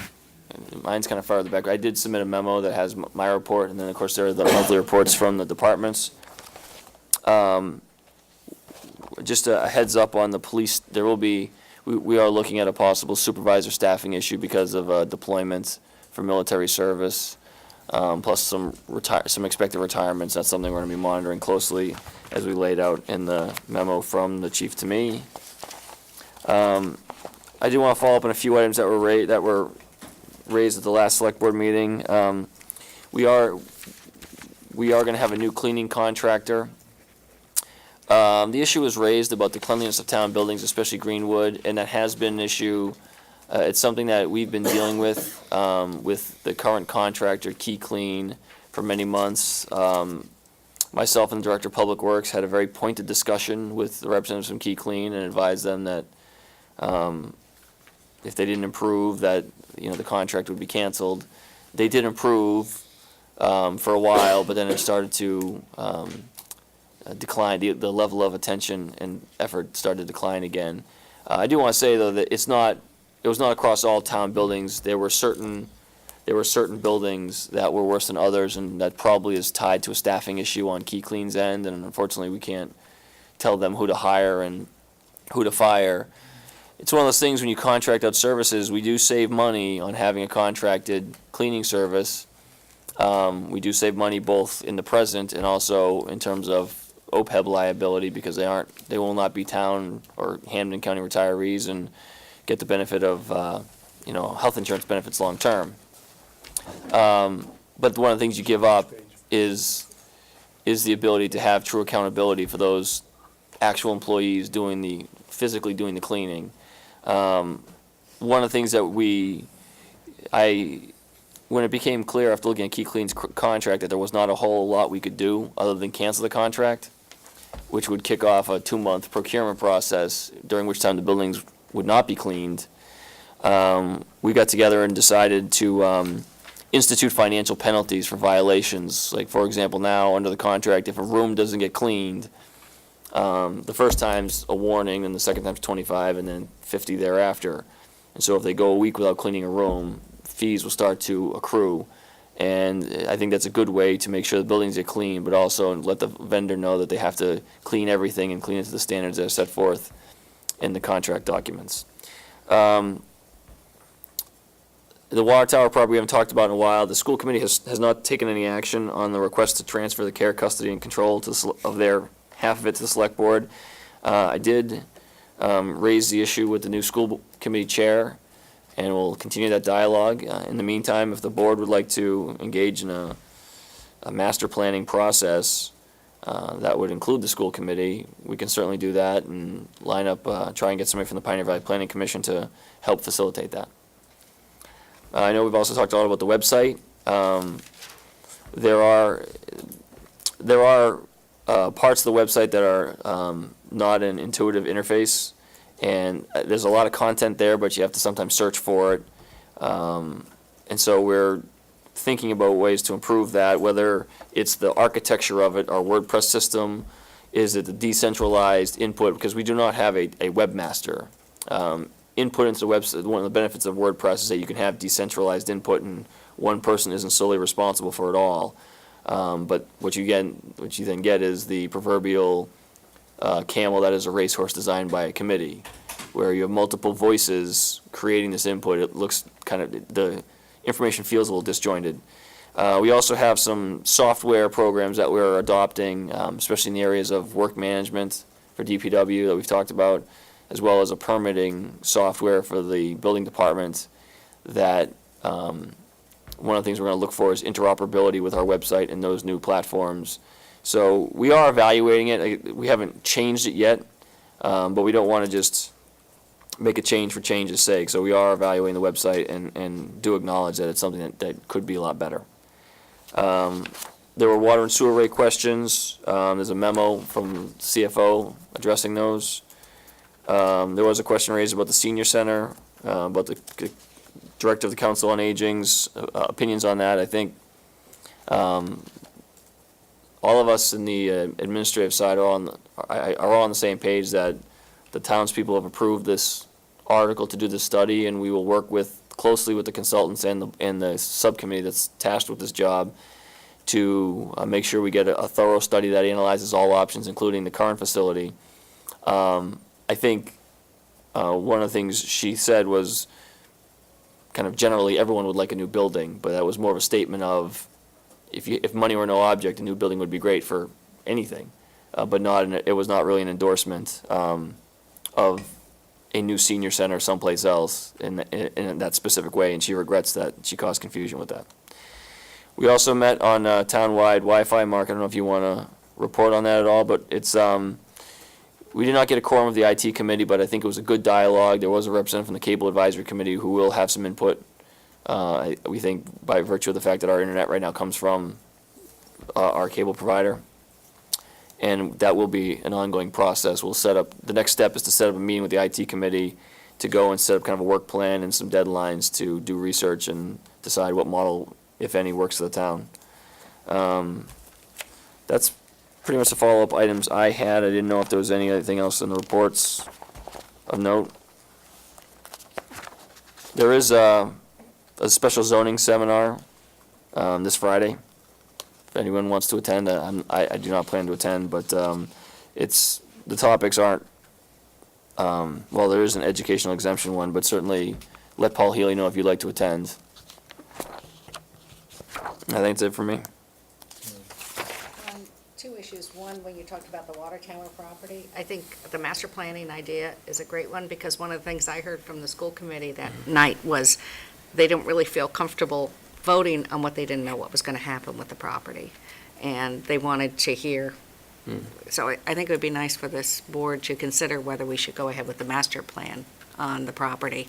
That was one thing. The other thing on the website, and the MMA, one of the things I saw is there's a company that will work with your website so that all fees and everything can be paid right on the website. And I understand right now when you try to pay the bills, it's a little cumbersome because you're going out of the website and sometimes it's hard to locate, and then you got to go back in with each bill. And some of these other companies will help you streamline that, so absolutely everything from recycle stickers to dog and everything could just be done all online, which would be really, really convenient for people. And I think they just take a small fee from all of it, of course. But I think the size of the fee, from what I understand from what previous looks-sees at it, the cost to construct the website is substantial, and then the fee varies. We have ActiveNet for our parks, it does a similar thing, and they take I guess, smallest objective. But I think you're right. Ultimately, we'd want to get a website where people can pay bills, they can, can interface with the different departments, dump stickers, things like that. I think we want to move in that direction. I mean, there are certain things that you need to show up in person and sign your name to attest that you are the person actually getting it. But I think we want to make it as that's what I'm looking for, multi-purpose as possible. Thanks. I had a couple of questions. I think last time we were discussing the Laurel Street sewer project and the use of the Bliss Park parking lot for heavy equipment and dirt. And the concern was with the pool opening up, we've got kids going in the very place where the heavy equipment is. And my recollection was that don't worry about it. The response was don't worry about it because it's about to be complete in the middle of June, which is around when the pool opens up. And then I noticed in your report that it's actually going to be mid-July. So that's going to be a pretty big chunk of the summer where there's this conflict, where you have a lot of kids crossing at that point. They're So- supposed to move all of those materials over to Laurel Park, out of the parking area from Bliss Park. I don't know if that has happened yet. I haven't been out in the field today, No, but as they're supposed to move it. The staging materials, so the parking lot is supposed to be given back to the pool, because we knew the project is gonna be not done in time. So I'll Okay. make sure that happens. All right. The other thing was, and I think you had sent an email around about this, about the high school track. And then in your report, you said that the bids were opening in June. So what's the timetable for actually doing the work? I don't know what the schedule is we have to see the schedule from the contractor. In fact, I think, my understanding, since you guys got the report, there's been an issue with possibly having to rebid. The bid, I don't know if I think it's for the track, not the tennis courts, but I think we have to possibly rebid that work. Why? I'm not fully clear on the reasons, but we're having, you asked about the track or the email about another issue that has come up with the with the turf field. Well, I guess, I mean. I want to make sure I'm answering the right thing. Right, no, I took your email to say that there was, I don't know, the way I took it was because there's discussion of a field turf, that maybe we ought to decide to postpone the project, which is not something I'm in favor of. But then I saw your town manager's report, it sounds like we're moving forward on the track. So my question is when? And I bring up the timing of it because we've already lost 2 track seasons. And I think we really, if at all possible, to have this work done for the spring track season. Because I'm quite certain if we couldn't have football for even one season, we'd be getting that project done pretty fast.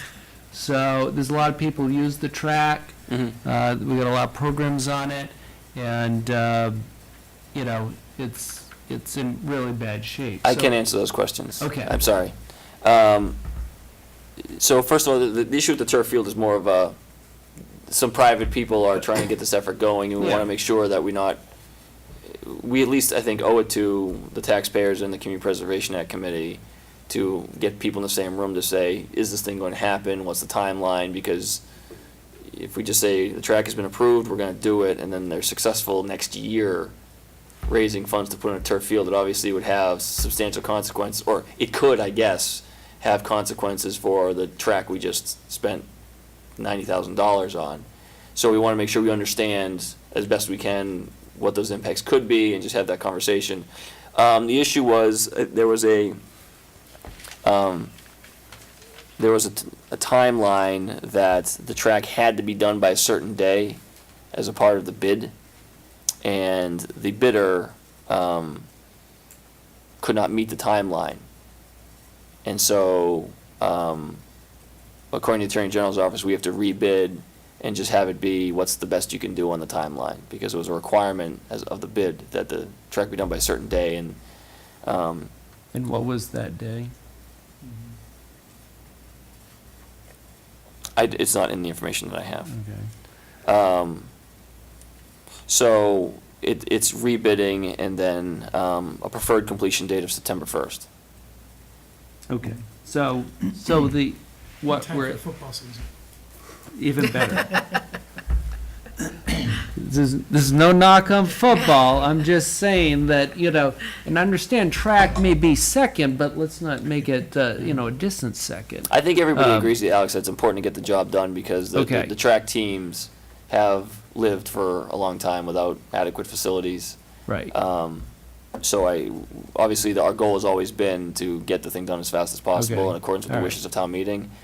This thing with the Attorney General's office is obviously a setback. So, but this turf field, you're not trying to push this off until a decision on the turf field? No, I just want to make sure that we have talked about it before. I just want to make sure the left hand knows what the right hand is doing on this issue. Right. And so there's not this, because of the town town personnel are not actively engaged in this turf field issue. We were approached by private Right. residents who want to do it.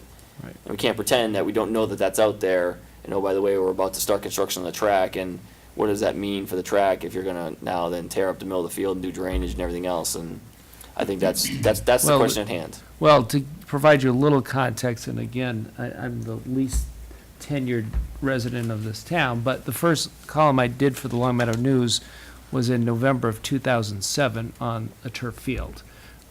So this idea is sort of come and gone, and what I would hate is to have the track being held hostage to more discussions about it.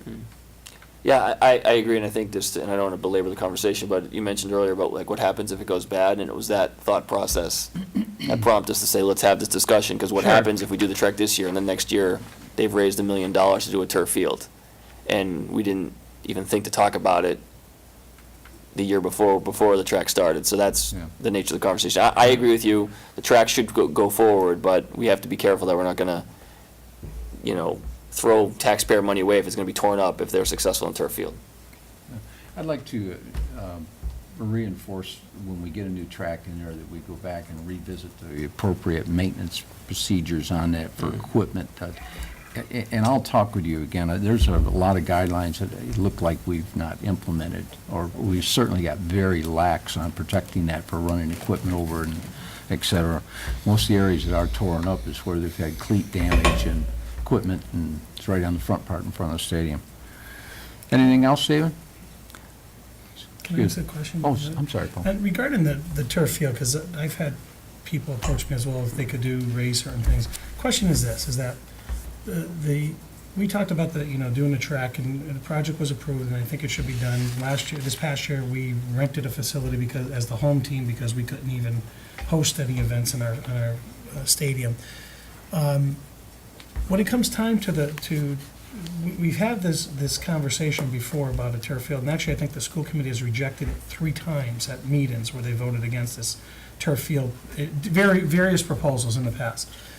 If they were successful in the private individuals, and I think this is one of the concerns they have, is who's responsible for that field? Under the charter, that the maintenance of that field falls under the DPW, so through the general government, through the town manager. So if those individuals were successful, how are we going to overcome that process again? And I don't want to make a big discussion of it, but my question is more or less, because they've been down this road, and it's actually some of the same individuals who've been trying to present it, and some of them,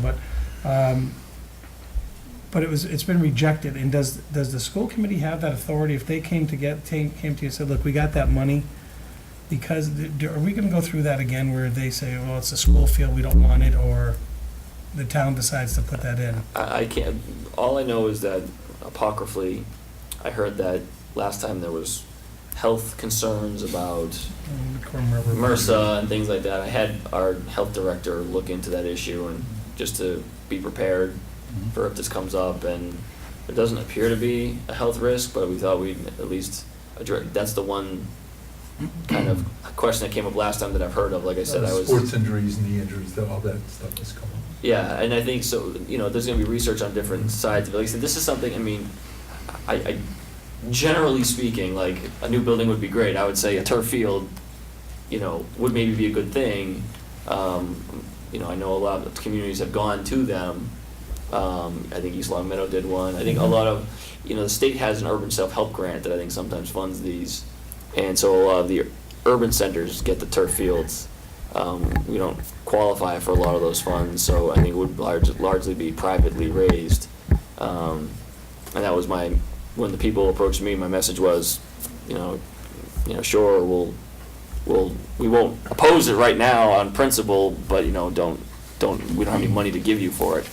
I just wanted to see how it played out, but like I said, I just want to make sure everyone was aware of the broader implications of doing this before we proceeded on on both the track and the turf field fundraising.